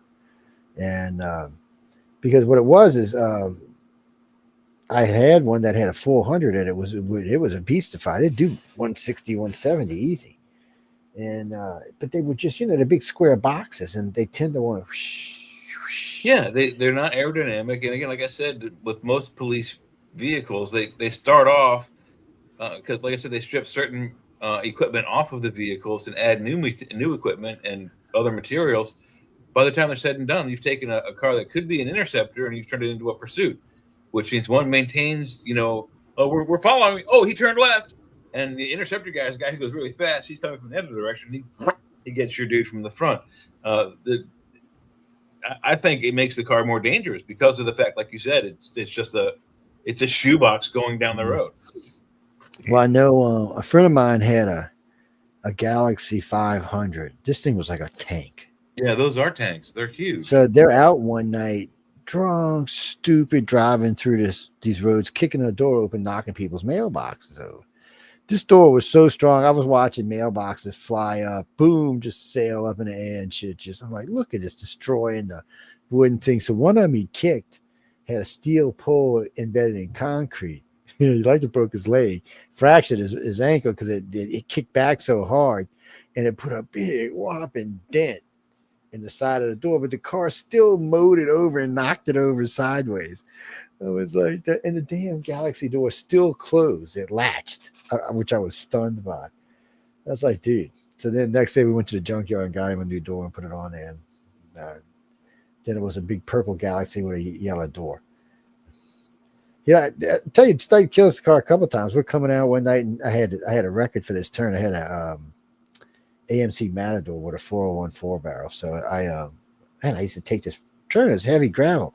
I said, dude, you can never beat me in this car because of the weight of this car. You'll never be able to take this turn at the speed I just said. You just don't understand. I said, as soon as you hit that 78 mile, you're going to slide. You're going to slide before then, actually. Oh, no, you don't know what you're talking about. Come on, we're going to go try. I'm like, okay. So he's doing it almost 80. So he let off the gas, and he's slowing down. We're doing about 76 as we're going in the turn. You start feeling the car going. Wait, hold on. I didn't realize it wasn't on camera. You start feeling the car kind of doing this number. When it doesn't know which way it wants to go yet. He's trying to control. All of a sudden, the car goes, whoosh, whoosh, and then it just shoots off straight through the woods. We're mowing down trees like this. We just mowing him down, man. But when you can hear him snapping as his car's going over the top, and I'm thinking, well, we're gonna probably die today, so let's just hang on for the ride. Car wasn't even hardly damaged, dude. The thing's a tank. And I was laughing. I said, "Well, you know you owe me money now because we had a bet, and I told you what was going to happen." Well, And then he goes because of this story, which is it's amusing. You have to let me play the song for the next break, and it fits with this story. Sorry to interrupt. No, that's cool. That's cool. It's but he was insane. He wasn't. But I mean, it was a tough car, and it was it was a Ford Cruiser 2. What was it? LTD 2. That's what it was at first when I was talking about. The one with the 460 was the LTD 2. Big old cruiser cars, man. Like cars back in the day were made much tougher, taller, stronger, longer, wider. I mean, it started, I don't know, I guess the early 50s, especially when like 52, 53, when the wings started coming in. At that point, cars got, each year they got a little wider, a little longer. The wings got a little bigger, all the way up till, I don't know, 57, 58, 59, when the wings started coming back down and slowing and getting smaller and smaller. And they still were wide and long, but eventually it morphed into the muscle car era. It was insane. But they're still very heavy vehicles made all out of steel. And there's very little plastic back then. Now, my grandma had, so this is so weird. My grandma buys this LTD too. That's what I thought it was. It was a two-door. And I'm like, well, what two-door? Wow, it's an LTD. It's a two-door. I've never heard of this before. So I said, can I use your car one night? I'm like 19 or something, or not even that. I was like 17. I'm out cruising, I'm punching. This car just nails me back. I'm like, Jesus, what the hell is under the hood of this car? So I we stopped to get gas, and gas back then was 36 cents a gallon or something. It wasn't even that. It was like 29 cents a gallon. And so we gassing up, and I'm getting something to eat, and I'm talking, and I think somebody went to go buy a 6-pack. So I pop open the hood and I look, it's got a 429 Cobra Jet in it. I'm like, you gotta be shitting me, man. And so it was some special edition Cobra Jet. So so one day one day I was playing around, I was gonna power brake it, so I put my foot down on the brake and I punch, and this thing is and they had 50s on the back. It just woo, woo, woo, woo. I'm like, damn, it's spinning them. So I let off, and when I did, she came up on a wheelie. Yeah. And smacked the trunk. Thank God it was long enough it would have flipped the car. Without the trunk, you'd have gone backwards on the hood. And I'm thinking, this is my grandmother's car. I'm like, holy crap. I got a good grandmother's car story for you, too. That car was insane, man. It's a beautiful car. Grandmothers get the best cars. I don't know how they do it. My brother somehow inherited my grandmother. Wasn't dead. She didn't inherit it that way, but my grandmother sold my brother, gave to my brother her old, what the hell was it? Delta. It was a Buick. It was one of the biggest Buicks you could ever get. It was huge. It was so big they could fit 3 half-barrel kegs in the trunk and 4 across the back seat. So they put 7 kegs of alcoholic beverage in my brother's. And when we dropped him off to school, we dropped him off, and it was a LeSabre. It was a Buick LeSabre. It was the biggest. It was a huge car. Huge car. I drove it. That was the coolest thing. It was a very cool car. It was everything. It was nice. Anyway, but as soon as we dropped him off, like this fraternity that he was a member of for the whole year of college, whole 4 years of college, they grabbed him and said, "You come with us," and they grabbed him immediately, made him an immediate member, and he didn't have to go through any hazings or anything like that because his car could carry 7 kegs of beer. That's look. My mom had she had a Olds 98 with a 455 4-barrel in it. 455 Rocket actually is what they call them. I think my grandmother's car was a 455 4-barrel. You know what? So the Rockets, they got the 455 because they got a couple of things that goes on with the 455s, because for a long time the 455 Rocket Plus was the Corvette engine, and that's what it was. And then they had just a 455 Rocket, and then they had a 455, which there's just slight horsepower differences. But anyway, one day I'm playing around. I didn't know you could do this. I flipped over. I was changing the air filter out and cleaning it, and because I was using it a lot, and I flipped it over, and then I put the air cover on upside down and screwed it down. I wasn't paying attention to close it. I got in the car and punched it. And woof, woof. I'm like, what the hell? what the hell was that noise? And I get out, look, and I realize it's, I flipped it back over, it was real quiet. So let me flip it back over. I took it on the interstate. That's it. That car, somebody calls me one day. She goes, Joe, what did you do to my car? I'm like, what? It's like, sounds like a sports car. Because that 4-barrel, man, when you'd punch it in and it starts sucking that air in underneath that thing, it sounded like a beast. Yeah. It's like the devil was coming for you, man. That car was a beast. It's them cars were so big and so heavy. It's just one of the things I remember about the Chevy Impala, when if you were at a steady pace, 35 miles an hour, and then you just floored it, it would be like you would hear it go. And then the engine would catch it, and you'd be like, "Oh shit!" That's where I got that 396 from. Was out of an Impala. A friend of mine had an Impala, and I needed some wheels. It was a piece of crap. He sold it to me for like $350, $400. He said, "But oh wait, no, wrong car. Sorry." So yeah, he had one, and he said, "Look, if you can get it to run, give me $50. You can have it." He said, "I had just had the whole engine redone, remodeled. The whole thing had been re-overhauled." He said it's a 396. He said it's supposed to be like 480 or 500 horsepower.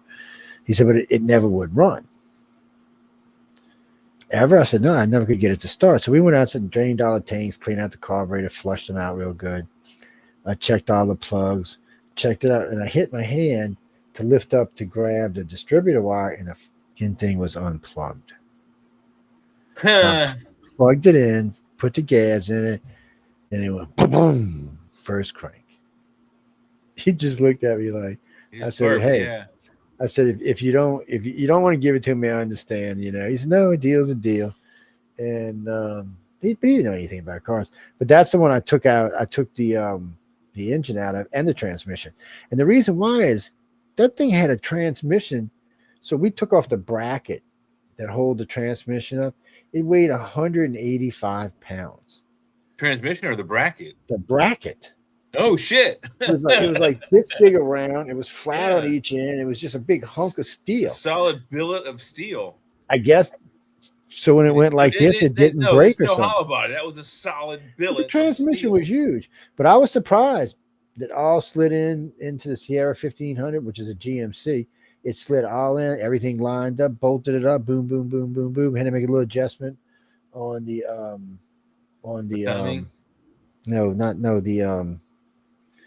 the axle thing in the back, but anyway. The universal. Yeah, I had to make a little adjustment on it, but other than that, I had to get a different fitting is what I had to do. But other than that, that truck was beastified. We had that truck loaded down with 4 Pirogues, 10 ice chests full of ice and food and drinks. I think it was 8 or 10 people, and damn truck was doing 104 and 2 dogs, and the truck was doing 144 miles an hour. And I didn't realize until I looked down because it went to 160. I said, "Oh no, we're gonna slow down now." I don't think it would run any faster, to be honest with you, because it had started doing like this. Oh, that weight, yeah. Yeah, but I didn't realize. I was like, Jesus, man, Keith said that truck was a beast, but it caught on fire one day. Just well, and what do you know about that? A haunted truck.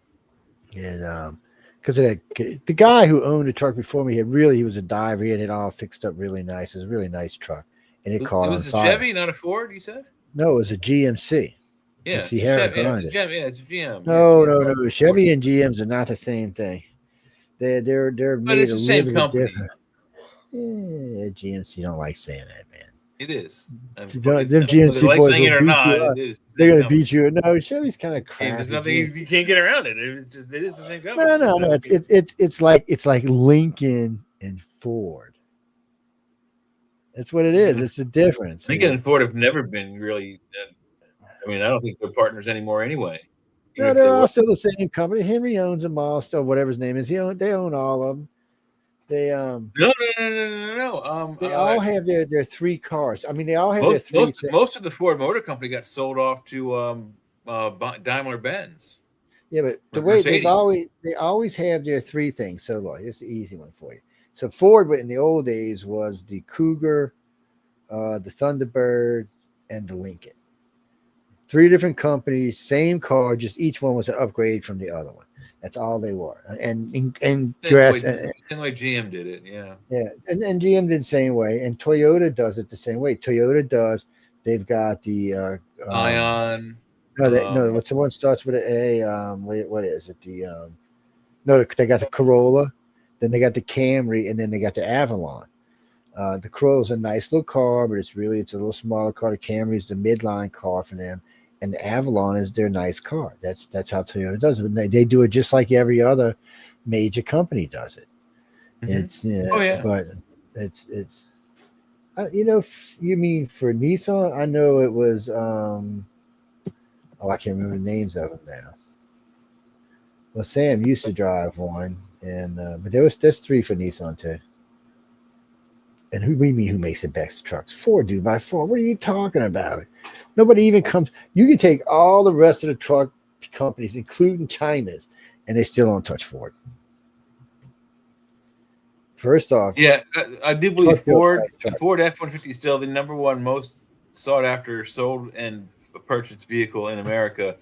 The Silverado and the Colorado, the GM side, are quick runners ups, and there is a bit of a scare that they may take over the market sometime in the next year or so. Yeah, we got to worry about no Chevy crap catching up anything. Chevy's just crap. I've owned a couple of Chevys. You want to know what the main difference between a Chevy truck and a Ford truck is besides the Avians? When you get one in of them, you can find on the road dead. No, yeah, you can find them on the road dead after they saved your life from probably running over the bear that tried to kill you. So the thing about it is when you're sitting in a Ford truck, there's more weight to them. They feel better in road, but it's more than that. An F-150 4-door, especially if it's a short bed, got a softer, smoother ride than any high-end luxury car anywhere in the market. They've actually beat them all out. And if you just add 100 or 200 pounds to the back of the bed while it's driving, you don't even feel the road.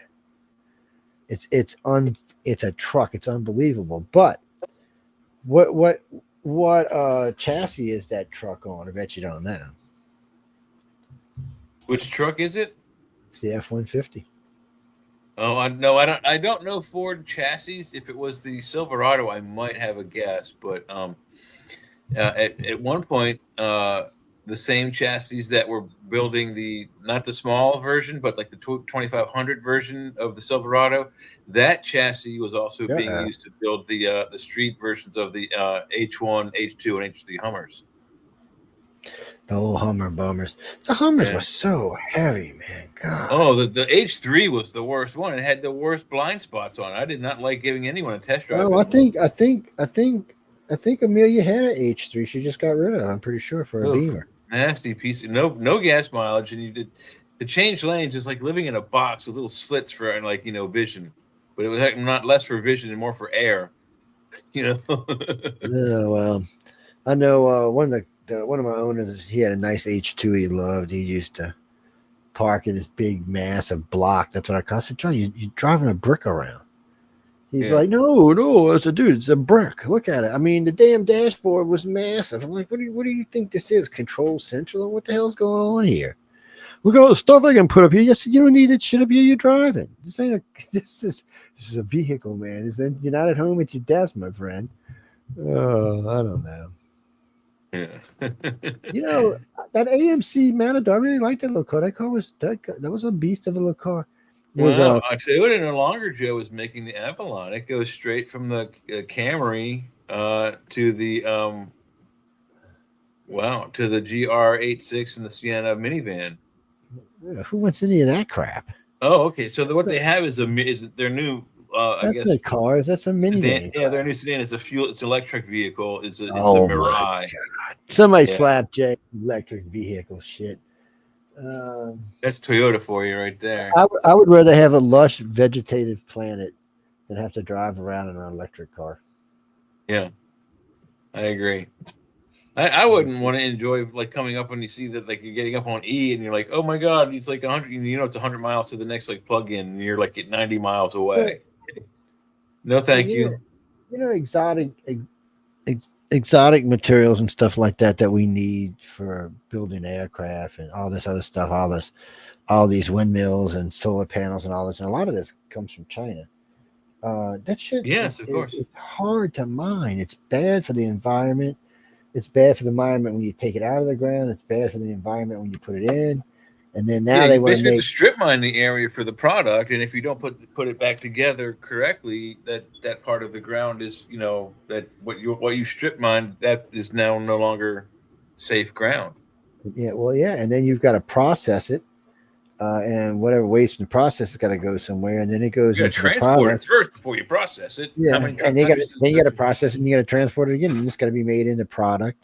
And then after it's made into product, when that product goes to half life, it has to be reprocessed because it's so expensive, and it's so then they got to take all of that out of it. So if they're melting it out of like electronic boards and stuff like that, or off of say panels on jets and stuff, whatever's left has got to go somewhere. Whatever debris is left, that's got to go somewhere. So that's going to be some kind of garbage. And then we're talking about lithium batteries, which are far more poisonous than any gasoline we're using right Yeah, now. I that's don't know. worse than lead, isn't it? So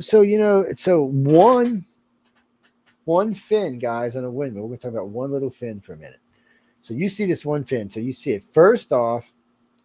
It's made and then it's shipped overseas, and then its guts are made by, depending on which company you're talking about, by some, I think it's some Norwegian company, and they put it in there and they put certain parts on it and they ship it over, and it stops off in China for some kind of coating, and then it's shipped back. I think it makes a stop in Taiwan and then shipped back to the United States, and then it's put on a truck and it's hauled to wherever it's going, which is usually somewhere like West Texas or Wyoming or somewhere like that. Okay. So all of this is all these trips are going to be paid for. This is all fossil fuels we're using here now, people. Plus we're digging out all this stuff out of the ground, these different materials to make this, to be able to make these things. Yes. So then it gets to its destination. You're gonna have a big crane out there. It's got to be lifted up into the air. And I think the guy said per blade it is 150 pounds of grease per blade per joint. 150 pounds of grease per wing per joint. There's like three or I don't know if you said 3 or 6 joints on each one, and each one of them hold 150 pounds of grease. And get this, it's not enclosed, so every now and then you have to come back and fill them things up while they're in the air up there. And meanwhile, it's spitting out grease all over the place. It's going on the ground in clumps and shit. And birds are eating it or getting coated in it. yeah, for some reason, birds. I don't understand how birds fly into these things. I mean, they're pretty big. You can kind of see them there. Boop. Maybe they can't judge the I don't know, but a lot of birds get killed by them. Yeah. Some guy in West Texas set up a maybe they intend to try to land on it. They don't realize how fast they're moving, and then by the time they get to land, it's too late, and blam, they're killed. And I can't tell you how many times I've seen one on fire when I was driving out west. Yeah. Just burning like a bitch, man. Because you know why? Probably because it ran out of grease. Unfortunately, my cell phone that I have the videos in, when I went out with Brian to drive him to Arizona, I took video while I was in the passenger side in Texas of some areas where there were non-functioning windmills. They're missing blades, or I don't know if I caught any on fire or making sparks or anything spectacular, but I saw some spectacular aftermath, if you will. There's a bunch of them you'll see broken and not doing anything. I'm like, what? And they're expensive to put up, expensive to fix. And then it was weird. Some of them were never paid for themselves. 4 blades. It was weird. And the problem is that they never pay for themselves. And then somebody's like, well, what about solar panels? You know what? Get this. So solar panels have an unforeseen thing. It's helping heat the planet. Because now you're drawing your sun down to this black surface. You're storing sun heat, A. Yeah. B, so, I mean, they're helping keep things warmer. Stored battery, recharged batteries, and they're usually nickel-cadmium batteries. It doesn't work with lithium ion. It's just not enough energy from the sun, from a solar panel, and then stored to a battery cell. So they use nickel-cadmium still. And those batteries, if you charge it today and you put it in next month, it won't work. They won't hold the charge. That's the problem with solar power.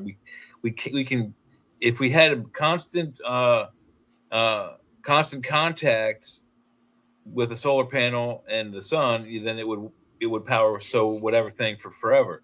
But that's the problem. You can't store it, and you don't have it but for what, 8-10 hours a day if you're lucky. Well, so down here, if the way it's set up, if you've got a half a roof full of them, you'll get enough energy to probably run your house most of the night, as long as Yeah. it ain't super cold or super hot outside. Right. But that's not even how they do it anymore. So when I was a kid growing up, you did solar and wind and all to make your house off the grid, but that's not how people do it. People now do it and just sell it back to the power company. Yeah. So the power company comes out and they read your meter, and when they come back out, they read your meter again, and they're like, okay, well, we owe you this much money. Yeah. yeah, Joe made this much power, so instead of his bill being $300 this month, it's free, or I have a credit, or it's $100 or something. It just depends.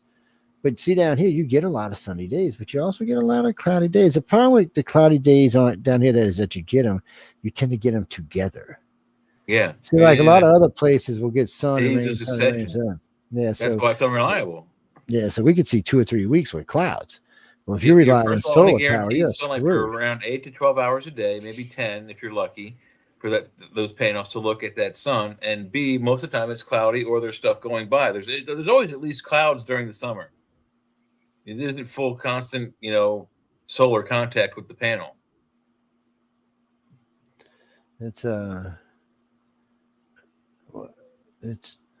so, I mean, so really, see where I live, I should put I should have bought the lot next to me and put a solar array out there. I could put a water wheel in the bayou behind me, and I could put 2 or 3 small windmills out there in between the solar array. And I'd probably have plenty of power, probably even be making money off it, probably a couple $100 a month.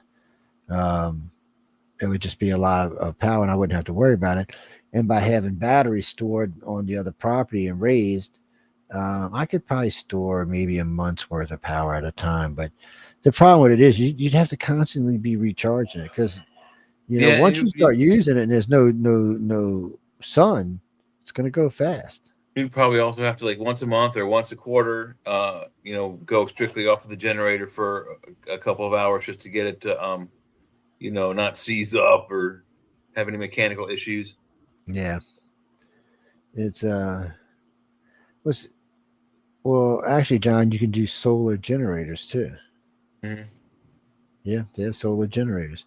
I would keep a dual or triple fuel generators. I don't have it now. I got to go get a new one. I gave it to a friend to use, and he blew it up. Great.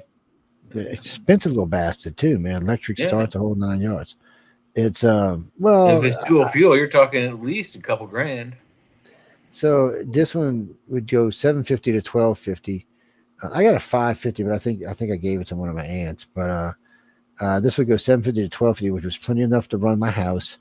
It could even run the air conditioner. So it would work just fine, and it was wired in direct. And I think it actually still sort of works, just not the way it's supposed to. I don't know what he did it.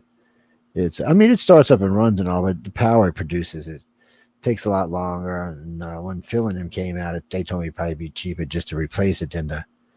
I'm like, dude, it's like $5,500. I said, "What the hell with replacing that thing?" He said, "Well, it's gonna probably cost you that much to rebuild it." I'm like, "Well, screw that. Why don't I rebuild it myself?" Hell with that. Too expensive, even more expensive. You have to buy the parts piecemeal. It's actually probably the best thing for me to do is just find a used one and buy it online. Yeah. Or buy one of them Asian ones. They say, "Oh, here, it run by 5,000. Yeah, it's still running." Yes.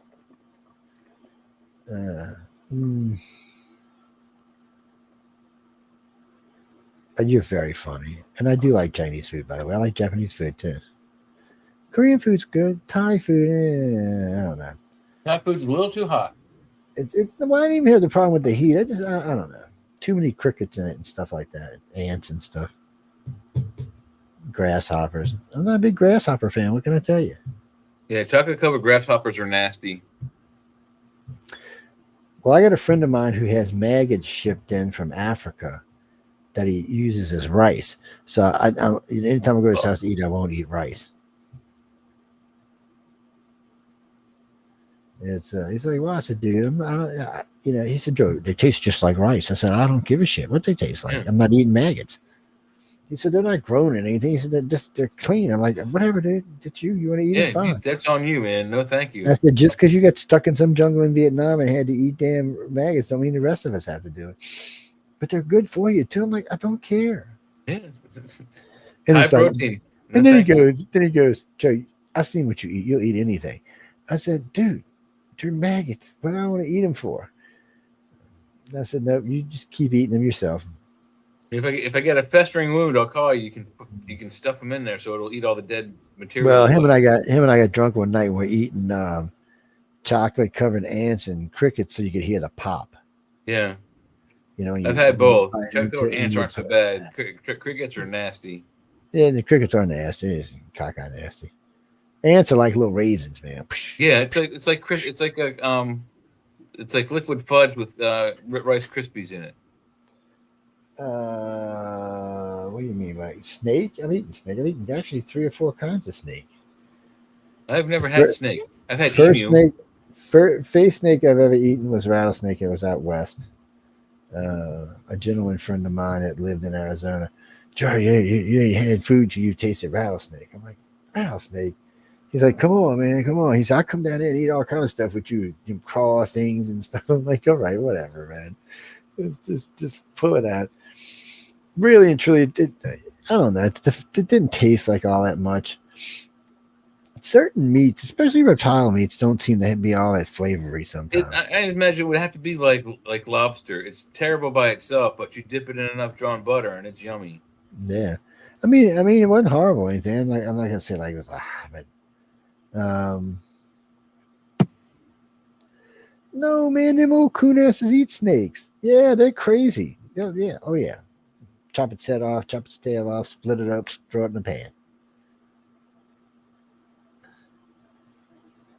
Well, the only time they got mad is if you killed the king snake. Boy, they'd get pissed if you killed the king snake. Yeah.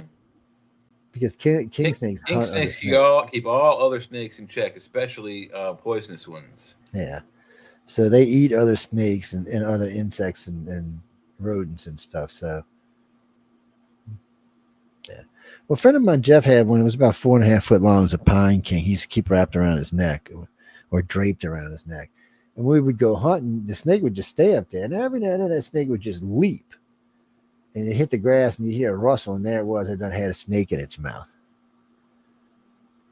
Wow. That's cool. I know. We been getting bit? No, we always wore shit kickers. Either rubber boots or shit kickers, one or the other. You don't never go out woods with something. You always keep your ankles covered. Some kind of gaiters or snake gaiters. Yeah, snake boots. There's all kinds of ways to keep you from getting bit.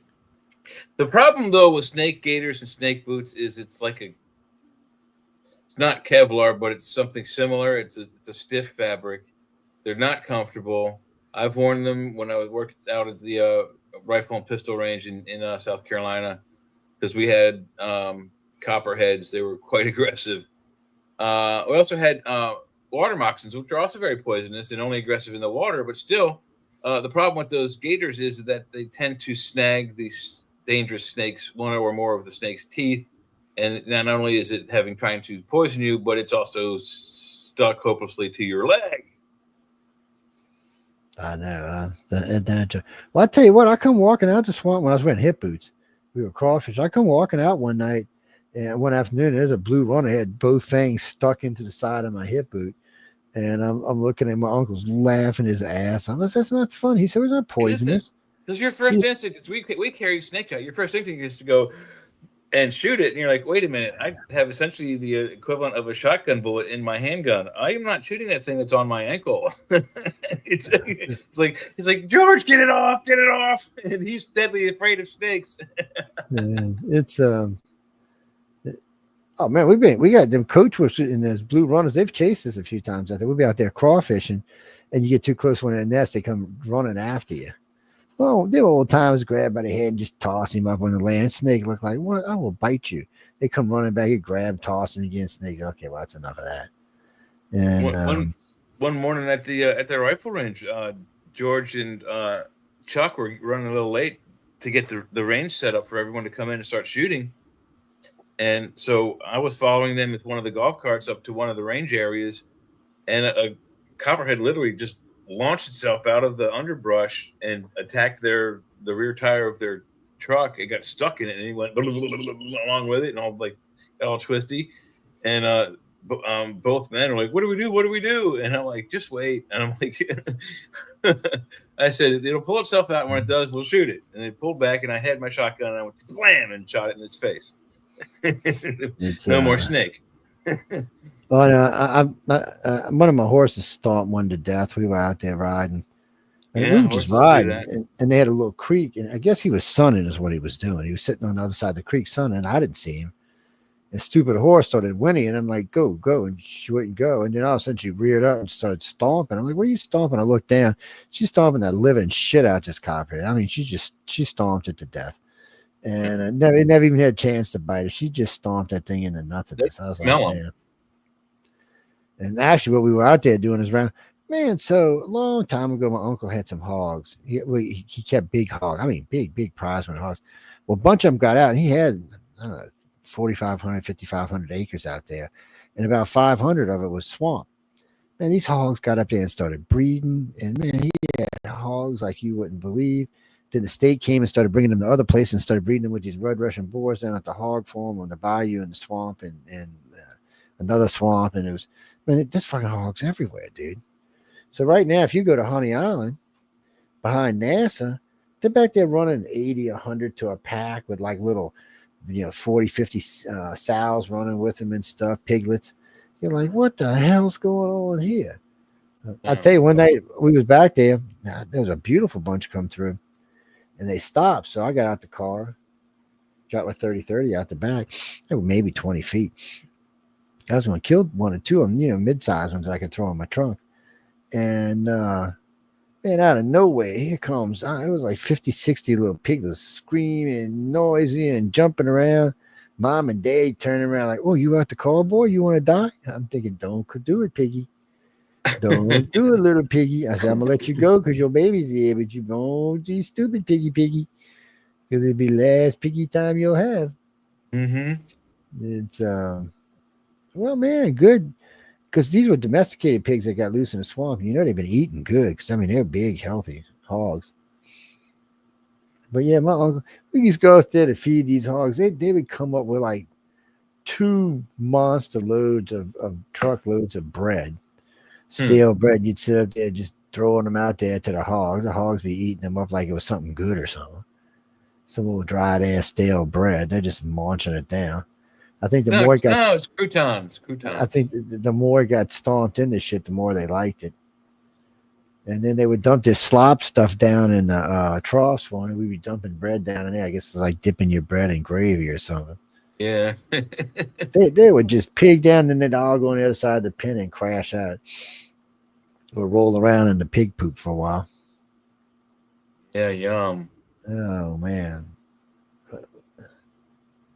Actually, Johnny, I got gored by a red Russian, a Russian red is what they call it. It was a hog. I was in. He was a boar, and he had about 7-inch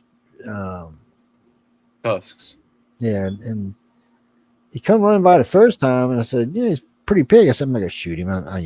But we'd already killed 2 nice sows that day. I was like, well, I'm not gonna kill him, and he comes back around. He starts my tire. I'm like, look, dude, you give me a flat tire in the middle of the swamp. I'm going to have no choice but to shoot your ass because it's going to piss me off. I said, plus I won't be able to change the tire. So I hit him, butted him with the gun. And he knocked my gun out of my hand, went sitting flying. I'm like, shit. So I told my pa, I said, just start the truck. Let me grab my gun and I jump in the bed. We take off. So I grabbed the gun and run, and he come out of nowhere, man, and just caught me up to right from the bottom of my calf to the top. Just ripped it open, man. I had to go get about 9 stitches. And I was like, I just wrapped it up in actually I wrapped it over with a towel and put some duct tape on it. Yeah. It had quick bleed when I got to the hospital, but they still don't put stitches in it. Actually, they were more worried about, you're going to get an infection from the hog. I said, I don't think so. Yeah, not to clean it out, Mr. Doctor, sir. It's, they had some big hogs back there. What's great about it, you can go They're back in a there. problem not just down there, all over the South Carolina, North Carolina, Georgia. Well, Texas has got them really bad right now. But you know what's nice about out there? So you can go out to Honey Island, kill your hog, catch you some crabs and some shrimp, maybe a couple fish. I mean, you have a good old feast out there. Catch a couple of pounds of crawfish. Send your hog, clean out your hog real good, get it to rendering down, get all your other pieces cut.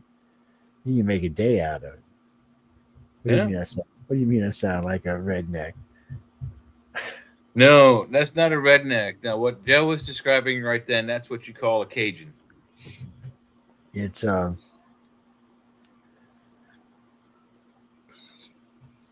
do you mean? Do I miss it? You mean being a coon ass? Only sometimes. It's good food, good people. Yeah, when you get used to the amenities of modern culture, I'm sure it's less appealing to go into the bayou and stomp around in shit and shoot a bunch of pigs and then gut them, leave their guts on the floor and bring the rest of it back to eat. I mean, it's got to be a nasty pig. Now, going out and dip panning for crabs, count me in. I'll sit on a boat all day long and do dip nets for crabs all day long. Those are awesome. See, we cheat when we go crabbing. I got pods in the back. I got 6 pods. So we just bait up the pods and throw them out there. And then we go fishing.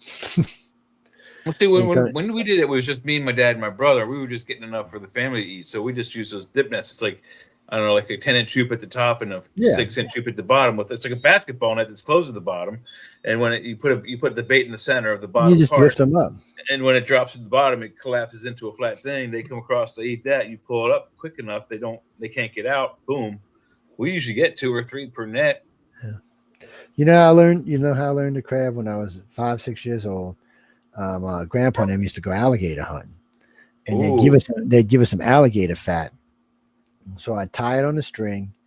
I'd put a stringer across and tie 8 or 9, 10 little pieces. Oh yeah, we did that too. Chicken necks do the same thing. Yeah, chicken necks too. I done it with chicken necks too, and I just get a scoop net, lift them up, so whoosh. Yep. Got really My good. brother and I got it down perfect. My brother had to pull them slow. I was too anxious, so I wouldn't pull them slow enough on the string. But I was good on the net, and he'd pull them up. I'd see, sometimes then you get 2 or 3 off of one chicken neck. Just bam, right in one net swing. It's pretty cool. Oh yeah, you get quite a bit of crabs like that. I know we was out there one day, and I'm like, man, that must be a big crab. That string's straight out. My friend's pulling it. I said, let it go. I said, why? I said, just let it go. He said, why? It's a big. I said, it's not a crab. Let it go. He said, it's an alligator. Let it go. I don't believe you. I said, just get up on the shore. Let me show you something. I got a stick and pulled the rope. Here, you got a 5-foot gator. Come, chicken neck hanging out of his mouth. So I whacked him in the head with the stick, and he was like, what the f-? And he left. He was like, whoa, wait a minute, dude. I'm just trying to get him something to eat here. Yeah, you're the one who put the snack in the water, human. Yeah, so I whacked him. He left. He was like, I'm out of here. We used to do that all the time, man. There's a lot of gators back there, but here we're lucky. We don't have nothing from gators in Maryland. But I mean, for the most part, they don't bother you. I'm not saying not to be aware, because you need to be aware, and especially if you got kids with you. But adults, they don't usually mess with going. Don't let you like dangling your hand with food in it or something. Then they might eat your whole hand. But what, Jackie? Poke them in the eye, man. Poke them in the eye.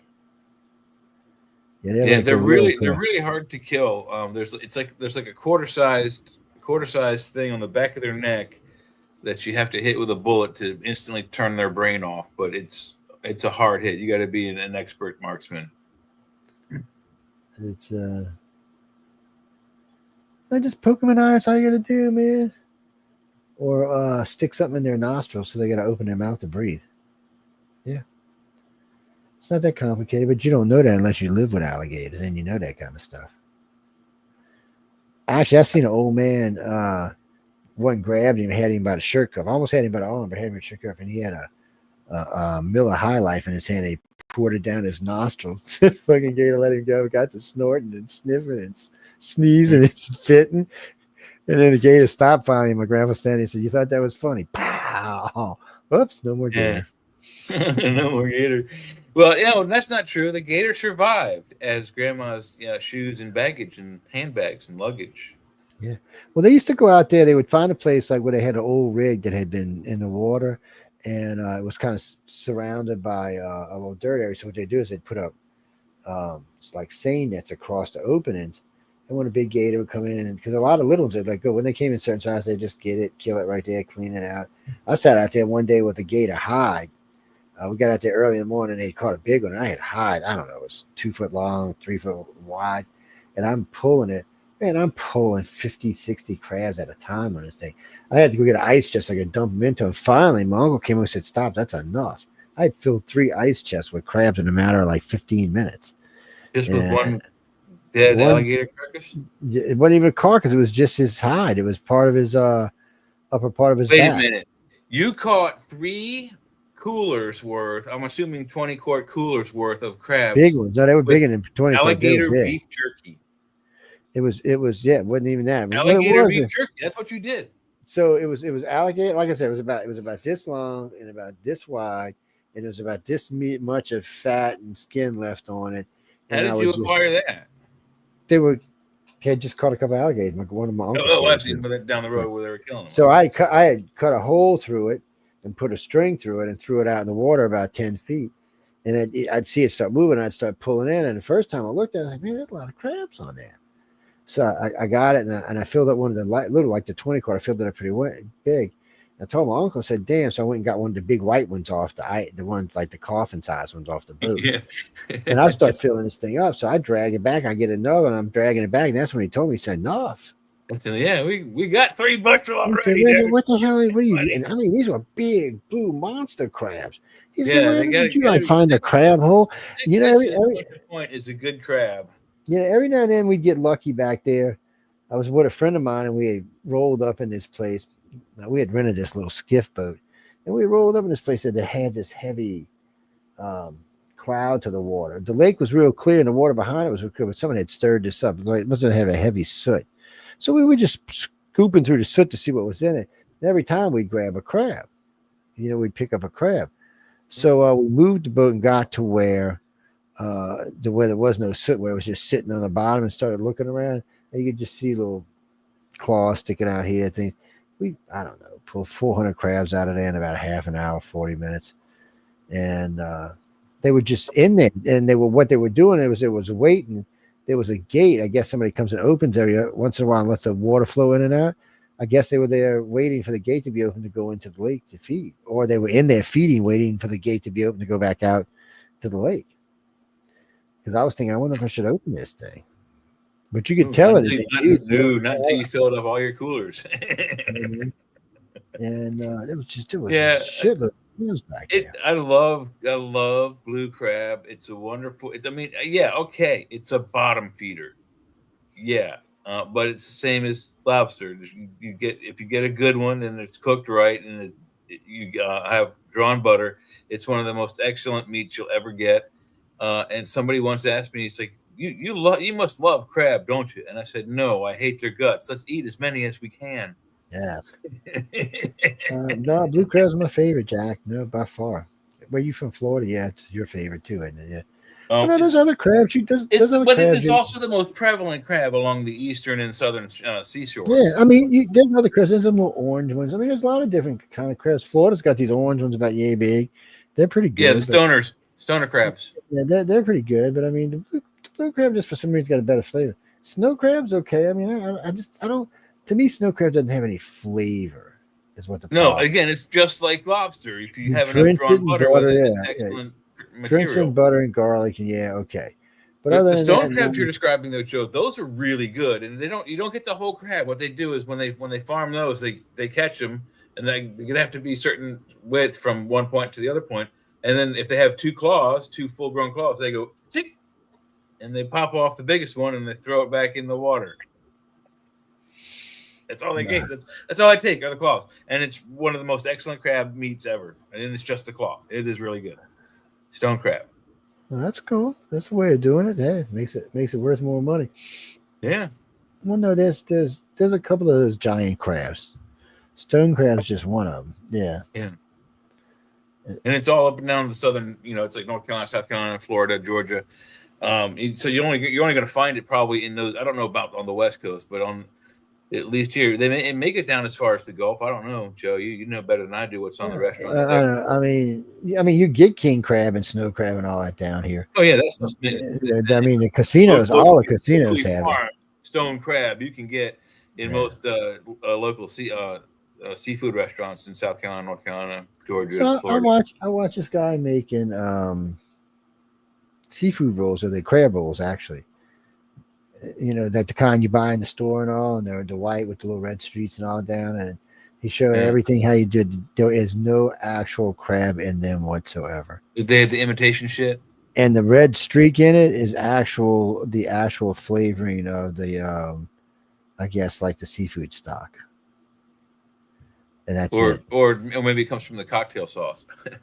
It's this is built into it. It's supposed to look like when you pull a piece of meat out of the claw, the long claw, it's white with the red streak on the side. That's yeah. I know what you mean. And they sell it as crab, but it's not real crab. Most of the salads you see in all day have that. It's gross, man. It's sad. So people, I'm gonna tell y'all a secret. I shouldn't tell y'all this, but I'm gonna tell y'all a secret. So there's a couple of places who sell like what they call white crab meat or white fancy crab meat. They sell it in cans. It's real crab meat. It's about this big cans, about this big around, about this thick. I don't know, 6-ounce cans maybe. 6-ounce can probably, yeah, something like that. They only usually $2 or $3. You can make good crab cakes out of them, stuffed crabs, crab salad, crab rangoon. You can make all kind of stuff out of them, and it doesn't put you in the poorhouse. Yes, I accidentally found out about them. I was making stuffed mushrooms. Now I make a wicked stuffed mushroom. And I used a certain kind of crab, and I couldn't find it because of where we were at. And a friend of mine came back with this fancy white crab meat. At that time, it was only $1.69 a can. I was like, "What the hell did you buy? This can't be real." He said, "No, it's real." And I opened it. I said, "Well, it's real." So I cleaned it up, took a good look at it, and made sure there wasn't no little pieces in it. And he came out. It was fabulous.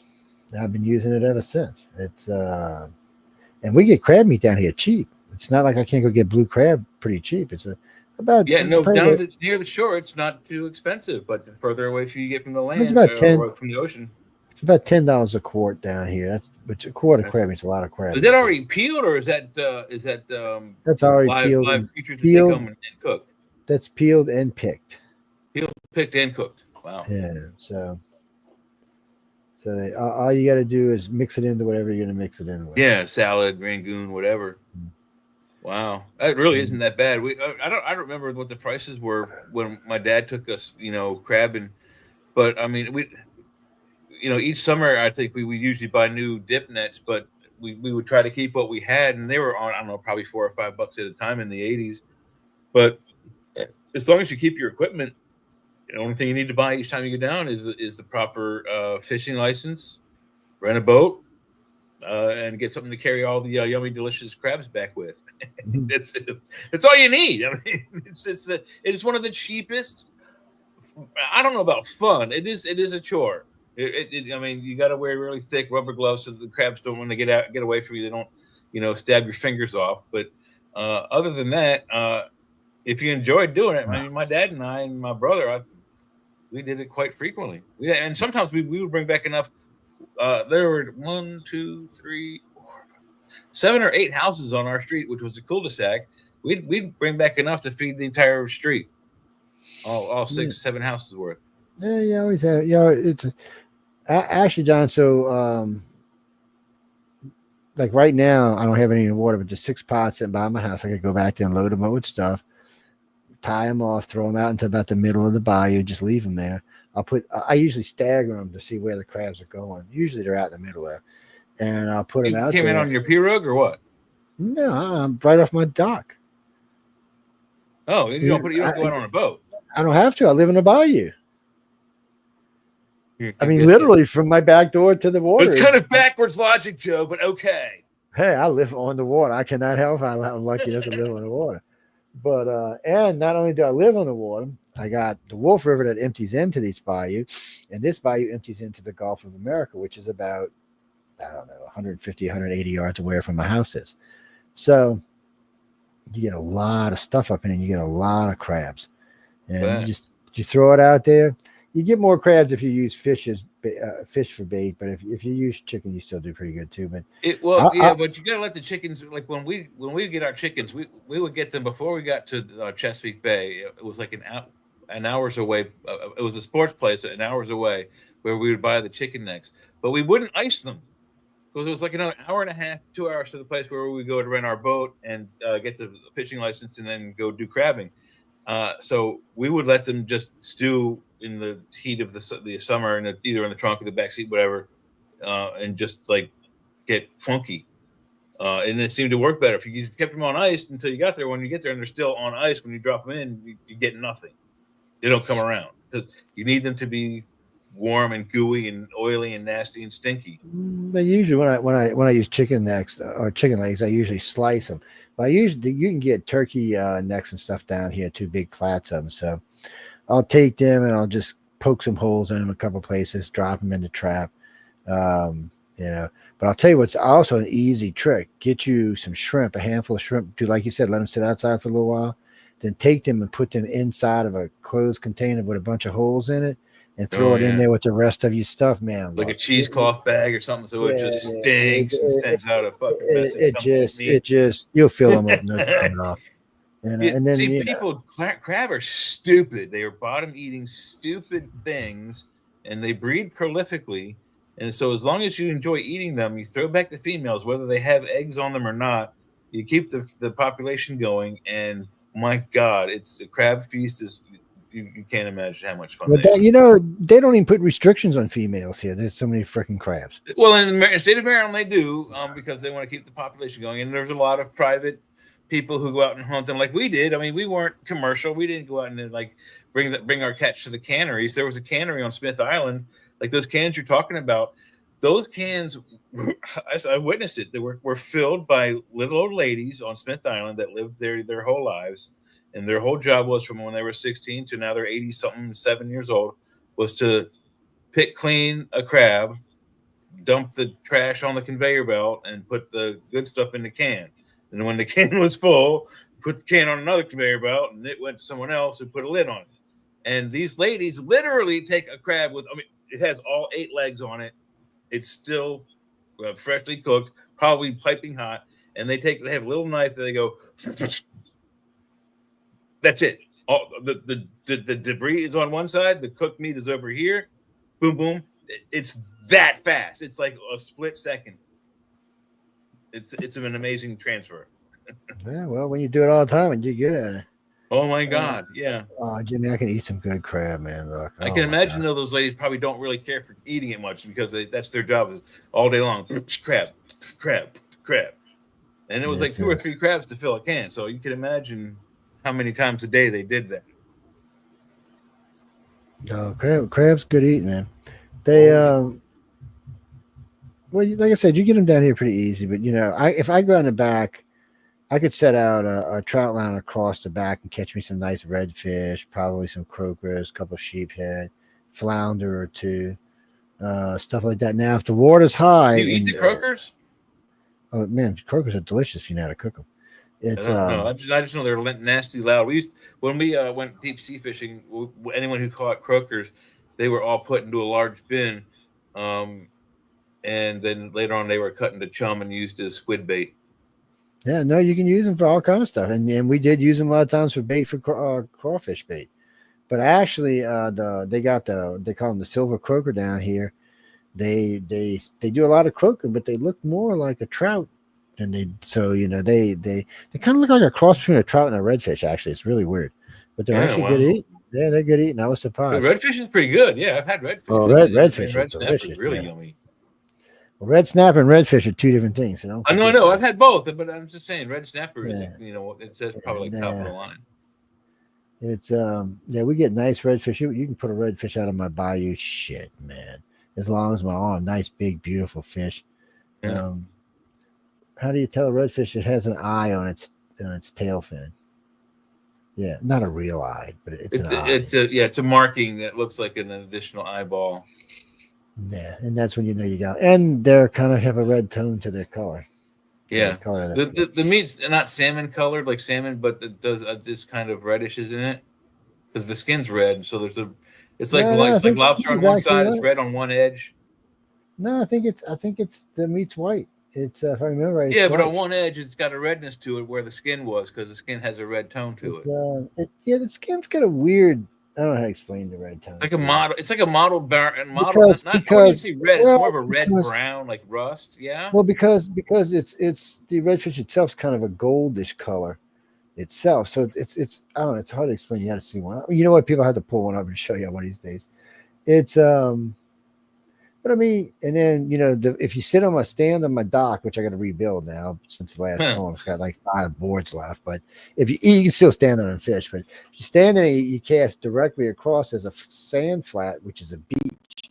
When the water's low, it actually turns into a beach, and the flounders just get up in there and stay in there. And you can pull some nice sized flounders out of there. Fishing with a couple Flounder's of different good baits. eating. And then the specks come in here a couple of times a year. They just come swimming all up in here and fill up the bayou. I mean, as long as speckled trout. Yeah, so they're like rainbow trout without the speckle. I mean, I know. I've never had it, but I know what they look like. Oh, they're delicious. They're kind of yellow, black spotted. Yeah. If you cut them, kind of a greenish yellow with black or brown spots. If you take the meat and soak it in a little milk for a while and then cut it maybe an 1/8 inch thick, a little thicker, man, it is some of the best. What are you talking about? You mean trout almondine? Trout almondine can be any kind of trout. Well, technically, trout and bass aren't the same thing. They are, but they aren't. You can argue about it. Bass are usually largemouth trout. Bass and bluegill are actually closer because they're off the same family tree of fish. Yeah. So trout are generally smallmouth and bass are usually largemouth. That's why they call the green trout a smallmouth bass. There are two varieties of bass. There is a largemouth bass. There is a smallmouth bass. Well, that's what they call the green trout, a smallmouth bass. But I don't know. It looks more like a trout to me. Just looks green. It's the green trout are delicious too. Yeah. Catfish are good. There's a couple kind of catfish you can eat. Most types of fish is pretty good. Most of them are pretty, especially the bottom feeders, which is really weird. The ones that are down there eating the detritus and the carrion and all the nasty shit. Are you talking steak versus seafood? No, steak's going to win out every time. Oh yeah, 100%. Now you take steak and you take lobster. Count me in twice. It's well, Jeff, we get a lot of different kind of food down here. Well, I got a friend of mine who'll swap me lobsters for shrimp. Yeah, bayou actually means in English those who eat whatever they want when they want, fresh from here. That's exactly what bayou means. It's it's French for grocery store, but you got to kill whatever you want to eat. Yeah, no, I mean there's just so much. I mean, there's literally so much to eat in my bayou. See, I got a garden downstairs. The only thing for some reason I had a problem with tomatoes. Well, large tomatoes and shit I had a problem with for some reason. Everything else was good. Nitrates. Yeah. Dump fertilize with higher nitrate in it. Go to your orange or blue home improvement center and the garden side and ask for that nitrate rich fertilizer. Trust me. Garden center for 3 years, dude. It'll bring them back and turn red. I'm just telling you, I've grown a lot of tomatoes in my time. I mean, a lot of tomatoes. I've had bushes as tall as my freaking house.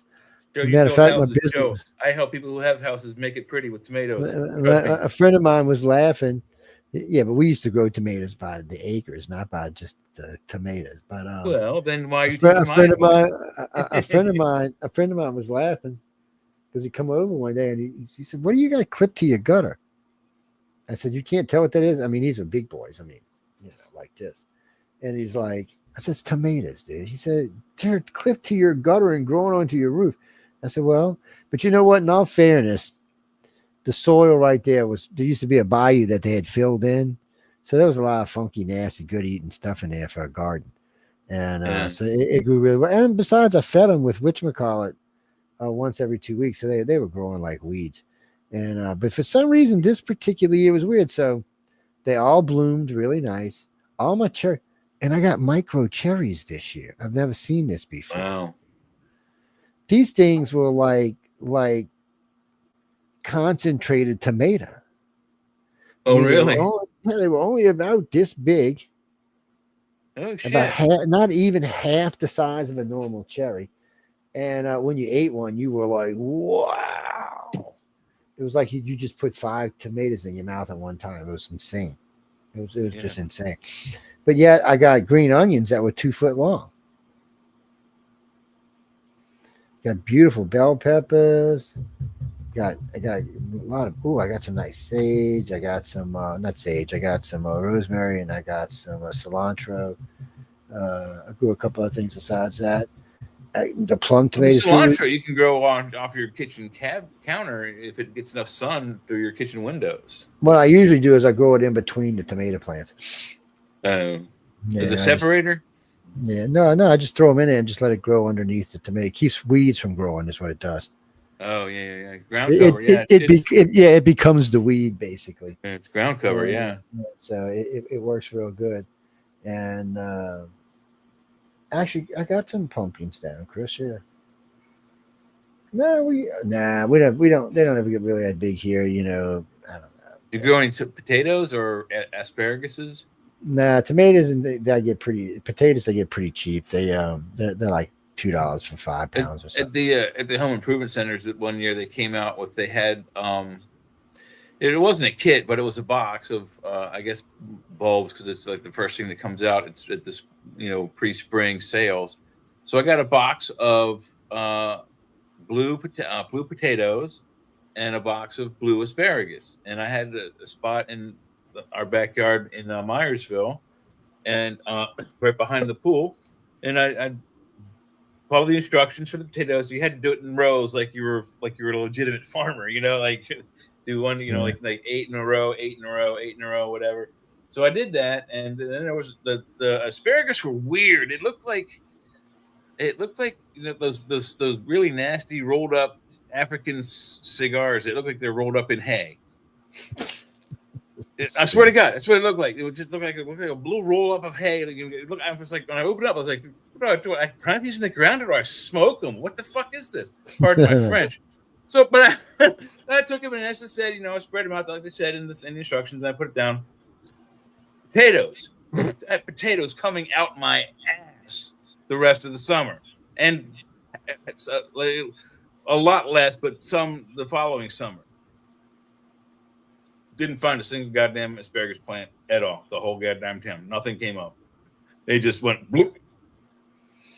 Yeah, sometimes that's what happens. Nothing came up. I was looking more towards the. Sometimes you just get bad seeds than the potatoes, to be honest with you. But I mean, because I knew the potatoes are just like stupid. Potatoes are like the bottom feeders of plants. They're underground. But they're very prolific. You don't. All I have to do is go. Once you get one of those ones that starts growing the eyeballs on it, take it out back, dig a 6 or 7, 8 inch hole, bloop bloop, bury it. You got potatoes in a week too. It's we've grown a lot of stuff over the years. It just I don't know. This year was rough on tomatoes though, man. Did you get a lot of water? Because we're like really behind on our rainfall here. No, we didn't get as much rain as we usually do this summer either. That might have been why I was getting micro cherries. Yeah, it's crazy because I had 5 different. Well, each thinking about 5 bushes, and they all were doing it. Now all of a sudden they got a little bit bigger toward the end of the season, but they're just like F you, buddy.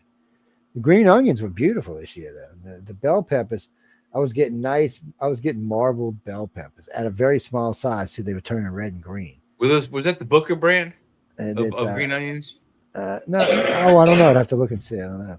That's a joke, Joe. Booker T and the MGs did. Oh man, get out of here! Just slap your ass. Just gonna slap his ass. It's no, there was some pretty good. It was a pretty good harvest all in all.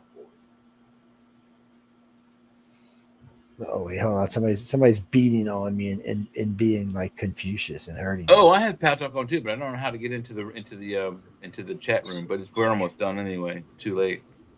It's next week, guys, we'll make sure y'all know where it all is and where you can find it. Maybe we'll put it in the instructions or something. I got to reinstall it on this computer anyway. That's one thing I don't like about the program is like when you install it, it installs itself in like your computer startup routine. So whenever you come up from a sleep or you turn your computer all the way off and all the way back on, it's like one of the first programs that turns on. So you're like looking at one page, and all of a sudden it's like, aha, and it laughs in your face, and it scares the living shit out of me every goddamn time. Well, there's a place there somewhere to turn that shit off. Yeah, there's a way to get in there and turn those start off programs off. I don't know how to do it. On a Mac, no problem. I'm in and out of that. I could do it. But on these things, I'm a complete, dodo. What is that? This is a Dell. It's not a Lenovo, but it's a PC, not a Mac. I don't know. Maybe we'll do Charlie Kirk in the near future. Yeah, maybe we should all like look at some of his videos. To be honest, I mean, I knew who the dude was once I saw him, and I didn't really know what his name was or who he really was, what he did until after he was shot and killed. But that's on my part. But we can't know everybody that's doing this. But the thing is, though, is that when I first saw the dude, I thought he looked like that kid from that Caillou commercial, that Caillou cartoon. I thought that he looks like an adult Caillou, the cartoon character. He's completely, innocent looking, non-threatening. I don't care what kind of words he was saying. He looked like a child. I'm 60 years old. He's 31. He's like a child to me anyway. My dad was 60 years old or 30 years old when he had me. It's the same time span. Jackie, I don't know what you're talking about, Jackie. What? Russia doesn't want to. You think Russia wants to start a war with us? Oh yeah, Sally. We just concluded all talking about crabbing and how to cook them or what kind of crab are good. Oh yeah, you missed a lot. Sorry. It's Jada made me hungry again, and a good bastard. Well, hey, you're the one who just said you have a grocery store just off the pier in your backyard. So no, I can't help that. I mean, look, I can't. Don't hate on me because I got a good backyard. I mean, come on. It's no, Jimmy. I live on a bayou in. Is it still called a backyard if most of it is water? Yeah, back bayou. I don't know what. You have a back bayou. You have a back bayou out there. Yeah, my bayou is way wider than my yard is. I got a decent sized property. Sally is from on YouTube is asking, did Joe put on an apron? No, Joe had to put on the alligator reptilian alien avatar because he took off the apron. So, yes. But thank you for asking. Let's see. Let's turn this on. No wait. Oh yeah, and Heidi's making rice for our food. You're making rice, Heidi, right? Not that the flyworm. What are those flyworms called? You're not making maggot rice, please. Don't tell me. Yes, none of that nasty stuff. Burlock. Eating that once in a lifetime is plenty for me. I think that would be way too much. Whoops. Uh-oh. All right, what is this? Okay. Oh, thank you. Just white plain rice she's cooking. Good. Here's the trick to getting good rice, especially if you're making beef fried rice or whatever fried rice kind of dishes, Chinese dishes. On the bag of rice that you get, don't get one with the silhouette of an elephant. If it has a silhouette of an elephant on it, it is the best rice. If it doesn't have it, if it has a monkey or anything else on it, it's crap.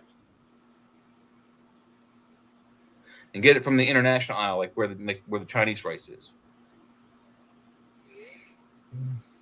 What are y'all talking about rice, man? What are y'all going on? Yeah, Heidi's cooking rice. I was just telling her how to get the best rice. So you go to the international aisle where the Chinese rices, the Chinese spices are, and you get the one that has I forget the name brand of it, but it's I think it's a jasmine rice, and then on the front of it, it has a silhouette of an elephant. Indicates the highest quality rice. Well, yeah, just white plain rice that works for me. I like good white plain rice. I like a good brown rice too, but it's rice is just the easiest thing in the world to cook. I mean, 1 cup of rice, 2 cups of water, 20 minutes, you got rice. Yeah, I mean, you can't get any easier than that. A little salt, in the water. I do like 6 cups. I do 6 cups in my rice steamer and like 8 cups of water. You just fill it to the top and It's like 10 minutes. Boom. Oh, you want to make that much rice? Damn, man. What are you, Chinese or something? Yeah, I make beef fried rice with it. Oh my God. What are we going to do with this guy? So down here, we'd make jambalaya and get all the stuff and ready. And then we would take the rice, still uncooked, and throw it into the mix and let it cook in the juices and everything. Yeah, at the end. Yeah. Yeah, and they usually add in a couple of quarts of chicken stock too. Chicken stock, sorry. And Yeah, do it that way. my mom has a recipe that she took. No problem, Heidi. She took a recipe from Ukraine, chicken Kiev, and a recipe from the local Chinese restaurant in Potomac, Maryland. Steam it again. If you have it in a steamer, like a rice steamer, steam it another cycle, and that should do it. But anyway, the chicken recipe from the Chinese restaurant was lemon chicken. So my mom made this thing called lemon chicken in the rice, and the last step was you threw the rice in for like 5 minutes at the end, and it was enough to soak up all the water from all the chicken broth you put into it, and it made it into more of a a casserole than a soup. Yeah, because they use rice for a lot of dishes down here. I'll tell you that. They definitely use a lot of them for. Well, there I am. Yeah, there we go. Yeah, you're welcome, Heidi. No problem. Yeah, I've done that before with the rice. If you have a rice steamer, people, and you happen to put in a little bit too much water, and after the steam cycle is over, if there's still water in it, do it again. Yeah, people do it again. Yeah, just keep your eye on it so it doesn't burn on the bottom, and then or just do it the easy way: 1 cup of rice, 2 cups of water, 20 minutes. It's always perfect. Or you can go down to the local Chinese restaurant and buy it for $4.95 a large. Why would you do that when a bag of rice is like $1.99 for 32 I'm just saying it's already cooked. It's in the thing. It's $4.95 for the large container. Cooking rice is easy, people. If you need white rice, easy, people. I mean, it's faster than McDonald's these days. If you go to a Chinese restaurant and ask for steamed rice, give me the large, box of it. It'll be. By the way, down here, a big thing of white rice is 99 cents. Who's ripping you off, man? Well, this is Maryland and Potomac, dude. This is. Yeah, I guess so. Yeah. Democratic controlled. So down here, I can get a big thing of combination fried rice, which is all kind of crap in it, plus usually shrimp, beef, and chicken, pork. And so I'll get that. It's $8.99 for like a pound and a half. It's ridiculously cheap. And I usually get a thing of crab ragoon on the side and a couple of egg rolls, and I'm good to go. The combo side rice or combo fried rice up here is around $13 or $14 for a large. It'll last you 2 meals. It's Heidi's fault. She caused it. Mm-hmm. She won't stop eating that fucking fried rice now. Her and her daughter making homemade Chinese food. They're killing the market for all the rest of us who like to go to the Chinese restaurants. I'm gonna have to get some Chinese delivered, I guess. No, we've been pretty laid back tonight. Why? Did we offend somebody? There's no way we offend anybody because we've been laid back all night. We've been talking about food and catching crabs. The easy way, not the hard way. Yeah. Well, I think the other way is the easy way, but well, it's a more fun way, maybe. It may have consequences. Yeah. But let's play the easy way. Raymond, where are you at? Pichgula. I can't say that, man. Pichgula. Someplace in Africa. What do you mean? Sponsor you to come to America? Jay could do that. Yeah. What do you mean? I don't care what color you are. It ain't got nothing to do with that. I ain't got nobody. I can't sponsor anybody. No, my house is full. Yes, you got to be able to put people up. You got to show certain things too. And since I hunt aliens, they don't want me to sponsor nobody that might not be an alien. Yeah.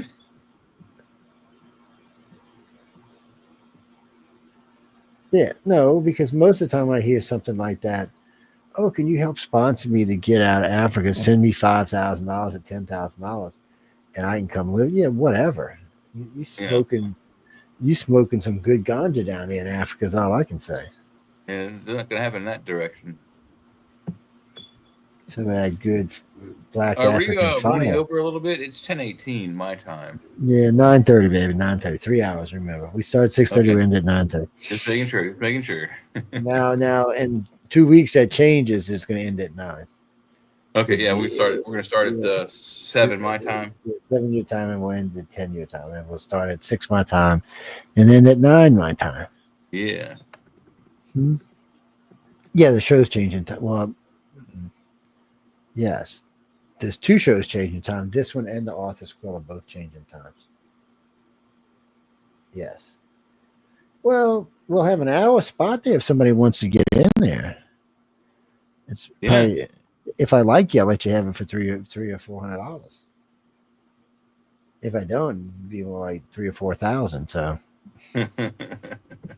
well, in all fairness, whoever gets it, so you'll be coming off of the Writers of the Future, which does 2 to 3 million, and Arthur's Quill, which does 3 to 4 million, and then you'll be coming into a show that does 3 to 5 million. Even though tonight we seem to be running a little under, but still. So I mean, it's a really high end spot. Would I guarantee numbers? I'll tell you this. I can guarantee you 90% that within 7 to 8 months in that slot you'll be over 600,000. Yeah, I would even think faster than that, but wow, yeah. What do you want to tell you? What ICAR at Cox.net, iCar at Cox.net. Send it there, and I'll take a look at it. No, I mean we're always looking for new shows, and we're going to have a spot there, and it's going to be an hour. Saturday, the normal fee is $500 for an hour. Yeah, that's the normal fee, but that's for a show that's not actually in the middle of a lineup that's multiplied millions of people. So, tell me what you got. Maybe we can work something out. You got any connections, like advertisement? You know, maybe we can work something out. No, I'm always interested in new shows.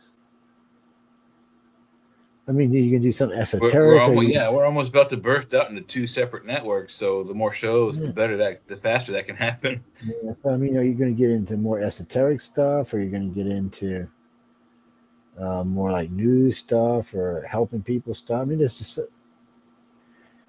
Well, to be honest, there are no real guidelines on to what you have to be on the network. You just have to be good at what you do. No porn or anything like that. But other than that, you know.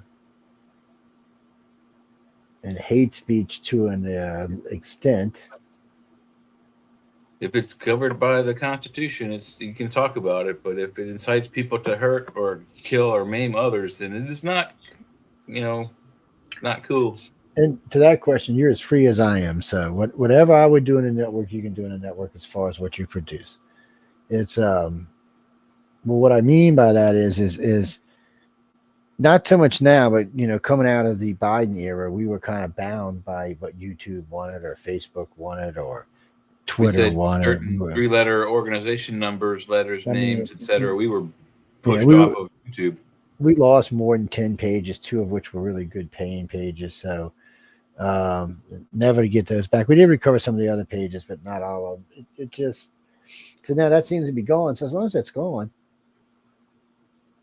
feel free. But remember, just like Jimmy Kimmel has found out and Stephen Colbert has found out and a bunch of other people have found out, sometimes there's consequences for what you say. So I can be a real asshole. Careful who you mess with. It could come back on you. Look, I mean, like I said earlier in the show, the same thing happened when the Nazis fell. They wondered why they fell because we used their same tactics on them. And they're like, well, they were so arrogant they didn't see it happening on them. And they're like, well, why did it happen? Well, because your tactics work and we took it against you and you lost. Same thing is happening here. The Democrats used a tactic on the Republicans. It worked for many years. Now the Republicans have turned the tide. They're doing the same tactic back, and the Republicans can't stand it. They're like, well, why is this happening? Because you set it up. That's why. Yeah, because they're idiots. I don't know, Chris, but things are changing. The world's changing. Everything's changing. Just give it time and see where it goes. Is you mean me? I'm not getting just as much trouble as the rest of y'all. What are you talking about? Michelle's mean, man. Just because I'm the boss, don't mean shit. She's the boss. I'm just the owner. It's you mean would she hesitate to tell me? No fucking way she would not. If she thought I did something, she'd call me up at the house. Joe, what is wrong with you, man? What did you say? No, because she's a station manager. She's in charge of making the station. I mean, she's what puts the lineup together. You know, her and I talked early on, and we're talking a couple of years ago now, about the direction I wanted to go and eventually where I wanted to go. And she's been working on that diligently ever since. She's an excellent manager. So I'm not going to buck her and make it harder. I do every once in a while, just aggravate her. But no, really, I'm not going to buck her and stuff like that. She don't like me cursing. What are you talking about? Not doing enough of that as it is. Yes. It's an R-rated show. This one is, so, you know, F-bombs and S-bombs all over the place. Actually, I've been pretty laid back the last couple of shows, but yeah.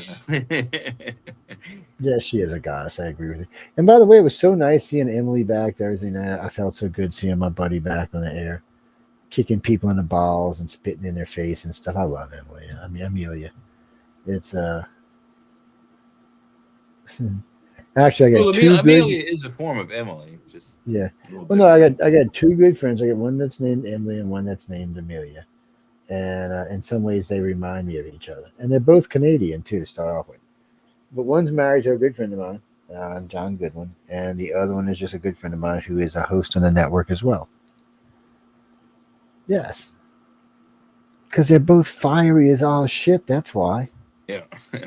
Oh my God, yes, they are. We have to be very well behaved when Emily comes on the show. And they do both. Emily said none of that bullshit anymore. Next time she comes in, she said, "Y'all better go back to being your normal pain in the ass selves." She said they were all scared of me, Joe. I said they weren't scared of you. They were being polite. They were scared of me, not you. It's just like, wait, what? It's like, no, Randy, we really got to go. What you got? So why don't you like Trump? Oh, because he's taking over all the cities. And first off, I don't even know if there's enough military to take over all the cities. No, I don't think there is. And for one thing, the mayor and who else? There's other people who asked for him to let loose the National Guard in D.C. to help bring the crime rates down. Well, he's in, where is he at right now? Memphis? Is that where he's at? Well, I don't think he's there yet, but that's the next target. But Memphis did not ask for the assistance. However, last year or the year before, Memphis was the highest in crime rate throughout the country.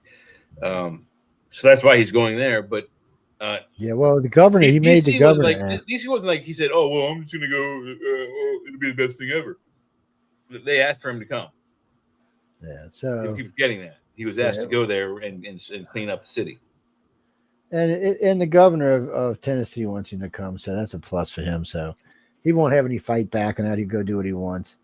And you'll see more of these states that have these problems do it. Louisiana's going to do it. They're going to tell New Orleans, you're just going to have to deal with it.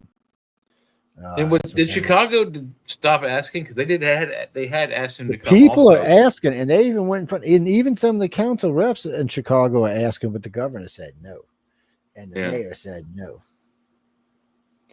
And he don't want to have to go. That's what happens when you have a Democratic governor and mayor, but you have a what they're not Republican counting. What these governor. Democrats don't realize they're doing to themselves is he's going to start showing results like he has in D.C. and it's going to start showing in every place they've been. It's going to be like this, but your town's still going to be a shithole. Come election time, you won't be there anymore. They're going to get rid of you, and you're going to see, and even more if by 2026, you know, he's going to say 10 or 15 cities and they're all calm and there's no taking over, there's no riot No and crime, stuff no like rape, that. no murder. Yeah. Not only are they going to win in a big way, it may be the official end of the Democratic Party. I mean, they're teetering as it is with 14% approval rating. That's horrible. Several of them are, they're committing political suicide. Turning each other in, and just how many registered Republicans and Democrats have changed? 3 million. 3 million left the Democratic Party, and 3 million joined the Republican Party. It's a 6 million gap now. Yeah, but a lot of that 3 million who left didn't join the Republican Party. I don't know if they went independent or if they're just floating around right now. Still, but they're not voting Democrat though. They're like, fuck you, Democrats. And then you've got the people leaving New York and California. Newsom tried to say, "Oh, there's more people coming than going." And the reporter, which was he's such CNN, a liar. He's not a very good. The reporter from CNN started laughing. He said, "Mr. Newsom, please." And he just looked at him. He said, "Come on." He said, "The only one that's worse off than y'all with people leaving is New York." You're welcome, Heidi. We saved her rice. Second cycling through the cooking made it not watery. What the hell time is? Shouldn't you be in like bed or something, man? Is it like past your bedtime? What do you? I mean, you're only like 16 or something. Jesus. Yeah, it's only. Aren't there rules for teenagers, man? Her. I thought there was rules for teenagers and stuff. Well, it's only 9:30 for me too, but it's what's that, Denise? All right, 2 more questions and then we'll go. Where are you at? You're on Jojo Mon. Okay, I see where you are. What do you got for us? Y'all can ask questions on the fucking show. I don't care. I just wish you'd come do it on one of the stupid question. Then we'll make fun of you. Yeah, and we might make fun of you anyway, but I still would rather you come do it on Rumble or on YouTube or something like that. But anyway, what's your question? And where the hell are you? Pascagoula, Florida? No such place, really. Where are you? There's a place called Pascagoula, Florida. Panama City, Florida. I've been to Panama many times. Yes, I know all about Panama. Yes, that's where I keep my other 4 wives. Oh, you're on Mountain Time. Oh shit! It's 8:30 where she is. So yeah, she's in between. It is way past her bedtime. Shame on you. I know. Go to bed. You can't be getting corrupted and stuff. Talking about food, she's gonna stick around for Sean Patrick Hazlitt show coming up. What kind of weirdo is that? Sean Patrick? He's one of us kind of weirdos. Does anybody know who this guy is? We ought to go raid his show one night just to aggravate him. Yeah. Put a show with like It'll 5 throw him all of us. the way up because he does have a rhythm to his show. It'll throw him all off kilter. we'll have about 5 of us on the show. Hey, Sean, man, what's happening, man? We miss you. Maybe we'll do it during Halloween just to drive him batshit crazy. What's that, Stephanie? We're talking about Sean Hazlitt. Yeah, he's bad. He's coming up. He's probably playing his intros right now. He's he probably started. I think he started. The way Michelle set up, I think we overlapped a half hour. I think I ain't 100% sure, but yeah, he might already be. No, we're getting ready to get out of here. I told you I could get you 2 questions in. So what were your 2 questions? Why is the aliens blue and why are they pregnant? Right? Is that what you're asking? No, I know that's not what you're asking for. Yeah, he's on. Joe Bob Elliott. I don't know who the hell that is. Oh, do you honestly, do I think the Trump trip was successful? I do think it was successful in every aspect. So Trump's over there making peace with the world, making friends with Stama, changing our relationship while he's cleaning up DC and ending wars everywhere except in fucking Russia. Well, and he's very humble. We were talking about this a few shows ago. He said recently, last night or the night before, that he only quelled 7 war conflicts. When we were talking about it, it was more like 9 or 13 or something a couple of shows ago. Yeah. So he's playing down whatever it is that he's been doing. Well, the media's got him at 7. I know 6 of them for sure. Yeah. Okay, Ginger, real quick, since you've been bugging me about my buttercream recipe, I'm going to give you the easy one, okay? 1 stick of unsalted butter. Let it sit on your counter until it's soft and beat it till it's kind of fluffy. 2 cups of convection of sugar. Mix them together, okay? While it's mixing, add 1 tablespoon of milk. That's it, 1 tablespoon, and a small teaspoon of vanilla, and mix it all together till it's soft and fluffy and everything is smooth. Now, if you want to change the color or the flavor, this is where you do it. You can add in chocolate, squirt in maybe a little chocolate in there, throw in some chocolate powder or something, some cocoa powder, some ranch, whatever flavor you want to add, whatever color you can add here, and then let it run until it's nice and smooth again. And then, depending on the consistency of your buttercream you like, you can serve it right then and there if it's what you like, or you can chill it a little bit. It's that easy. Now, if you want to make Hollywood movie blood, you buy Caro corn syrup, the Caro brand, Caro, and it's I think it's a quart size jar, the one we use. But whatever the standard size jars you see at your store, grab that, and then in the jar you put in an entire bottle of red. 3 bottles of red, a bottle of blue, and like 3 drops of yellow. And then you shake it all up, and then you have fake movie blood. There you go. Oh, the buttercream icing is good, girl. It is good. It is. And what's nice, like I said, what's nice about it, you can add whatever flavor you want to. That's just the basic recipe. That is just smooth, pure buttercream at that point. So that's all you get, a nice smooth texture to the palate, nice sweet flavor. It's great on anything. But like I said, you can add whatever flavor you want. 2 or 3 tablespoons of cocoa powder will give you a nice, dark, deep, chocolatey taste. Slightly bitter. You might have to add some sugar, but probably right where you need it. Lighter, you can make it milk chocolate. I mean, you can go anywhere with it. Add some lemon zest and leave it that color. Add some lemon color and some lemon zest. So you got lemon buttercream. I don't know. Lemon zest is good. Oh man, the last time I made what you'd call super vanilla because I wasn't paying attention. I was talking, and I put like a tablespoon, and I hit the squirty thing. Like I said, it ended up being like 2 tablespoons of vanilla, which it should have been a teaspoon of vanilla. I was like, who's vanilla-y? It was good, but it was vanilla. But still, though, that's the kind of stuff you can make in a bowl, just like you said. You don't have to put it on anything or in anything. You just get like those little ladyfinger cookie things and just you do that with it too. And go. And what's funny about it is when you chilled it a little bit, you could cut it into like little delicious white pieces of fudge. It was. Oh, I used it for coffee one morning. Yeah, I took a chunk and dropped it in my coffee. Oh, it was fucking fabulous. Yeah, it was fabulous. It's it's really easy. You know, when I first started making, Linda and I had to quit 4 or 5 years ago, maybe 10 years ago. We got into a buttercream kick. We both gained like 15 pounds. Ooh, we were doing all kind of experiments, making all kind of shit, filling cones with butter. Oh man, it was ridiculous. Well, you know what they say. Everything tastes butter with better. Yeah, it does. Just remember, unsalted real butter, not no fucking fake ass margarine. Yeah, you get the Irish butter. That's most people like that for cooking and baking. The unsalted Irish butters. Whatever y'all want to use, but 1 stick is all you need. 1 stick and 2 cups, and that makes plenty enough to ice a cake plus.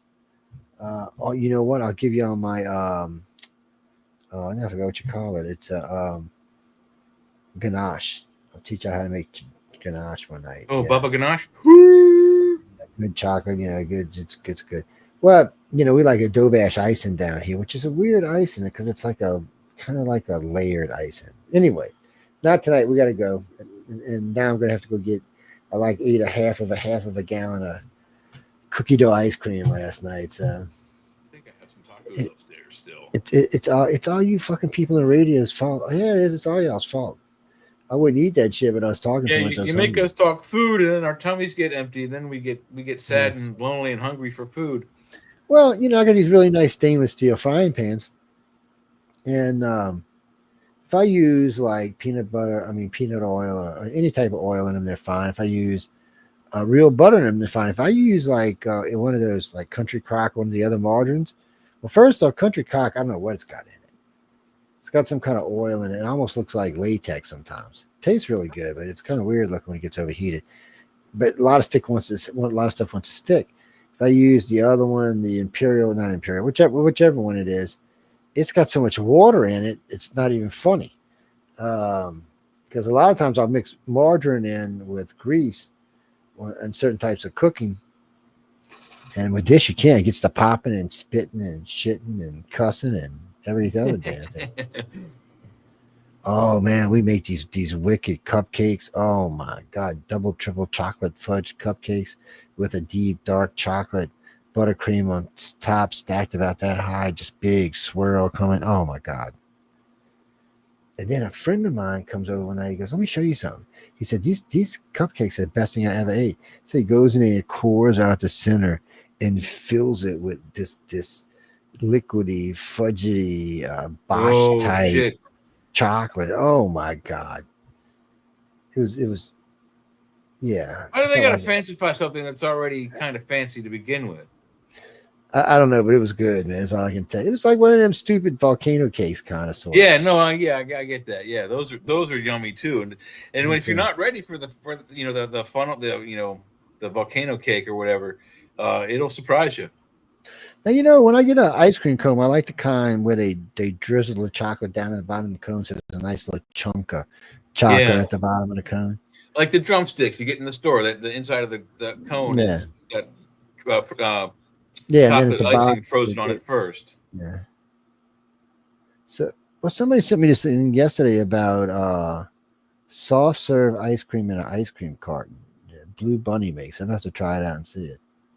Well, I was looking on. I don't know why. I just happened to be looking at my phone, and Amazon for some reason sent me a suggestion.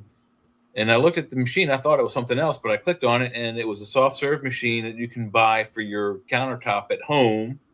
You can fill with various different soft serve ice cream syrups, and then it was like $3.99, $2.99, something like that. I was surprised how cheap it was.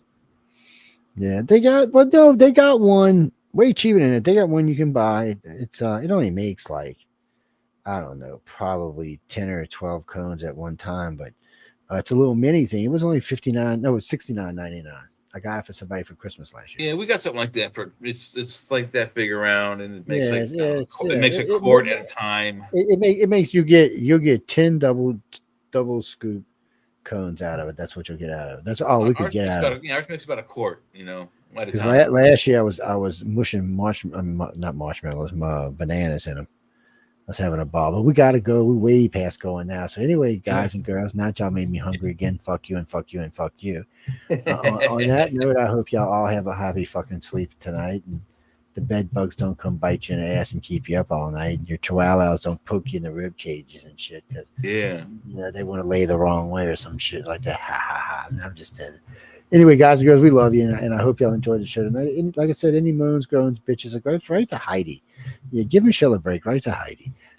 Anyway, on that note, we got to go. I want to thank everyone again for tuning in to United Public Radio and the chat.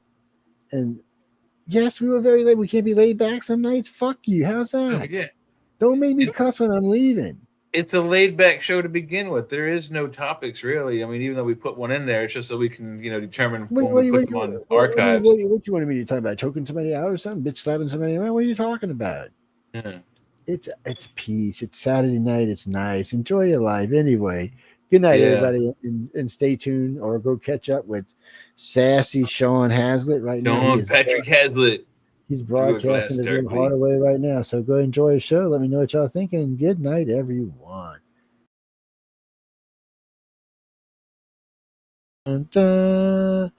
Yeah, damn. Why does it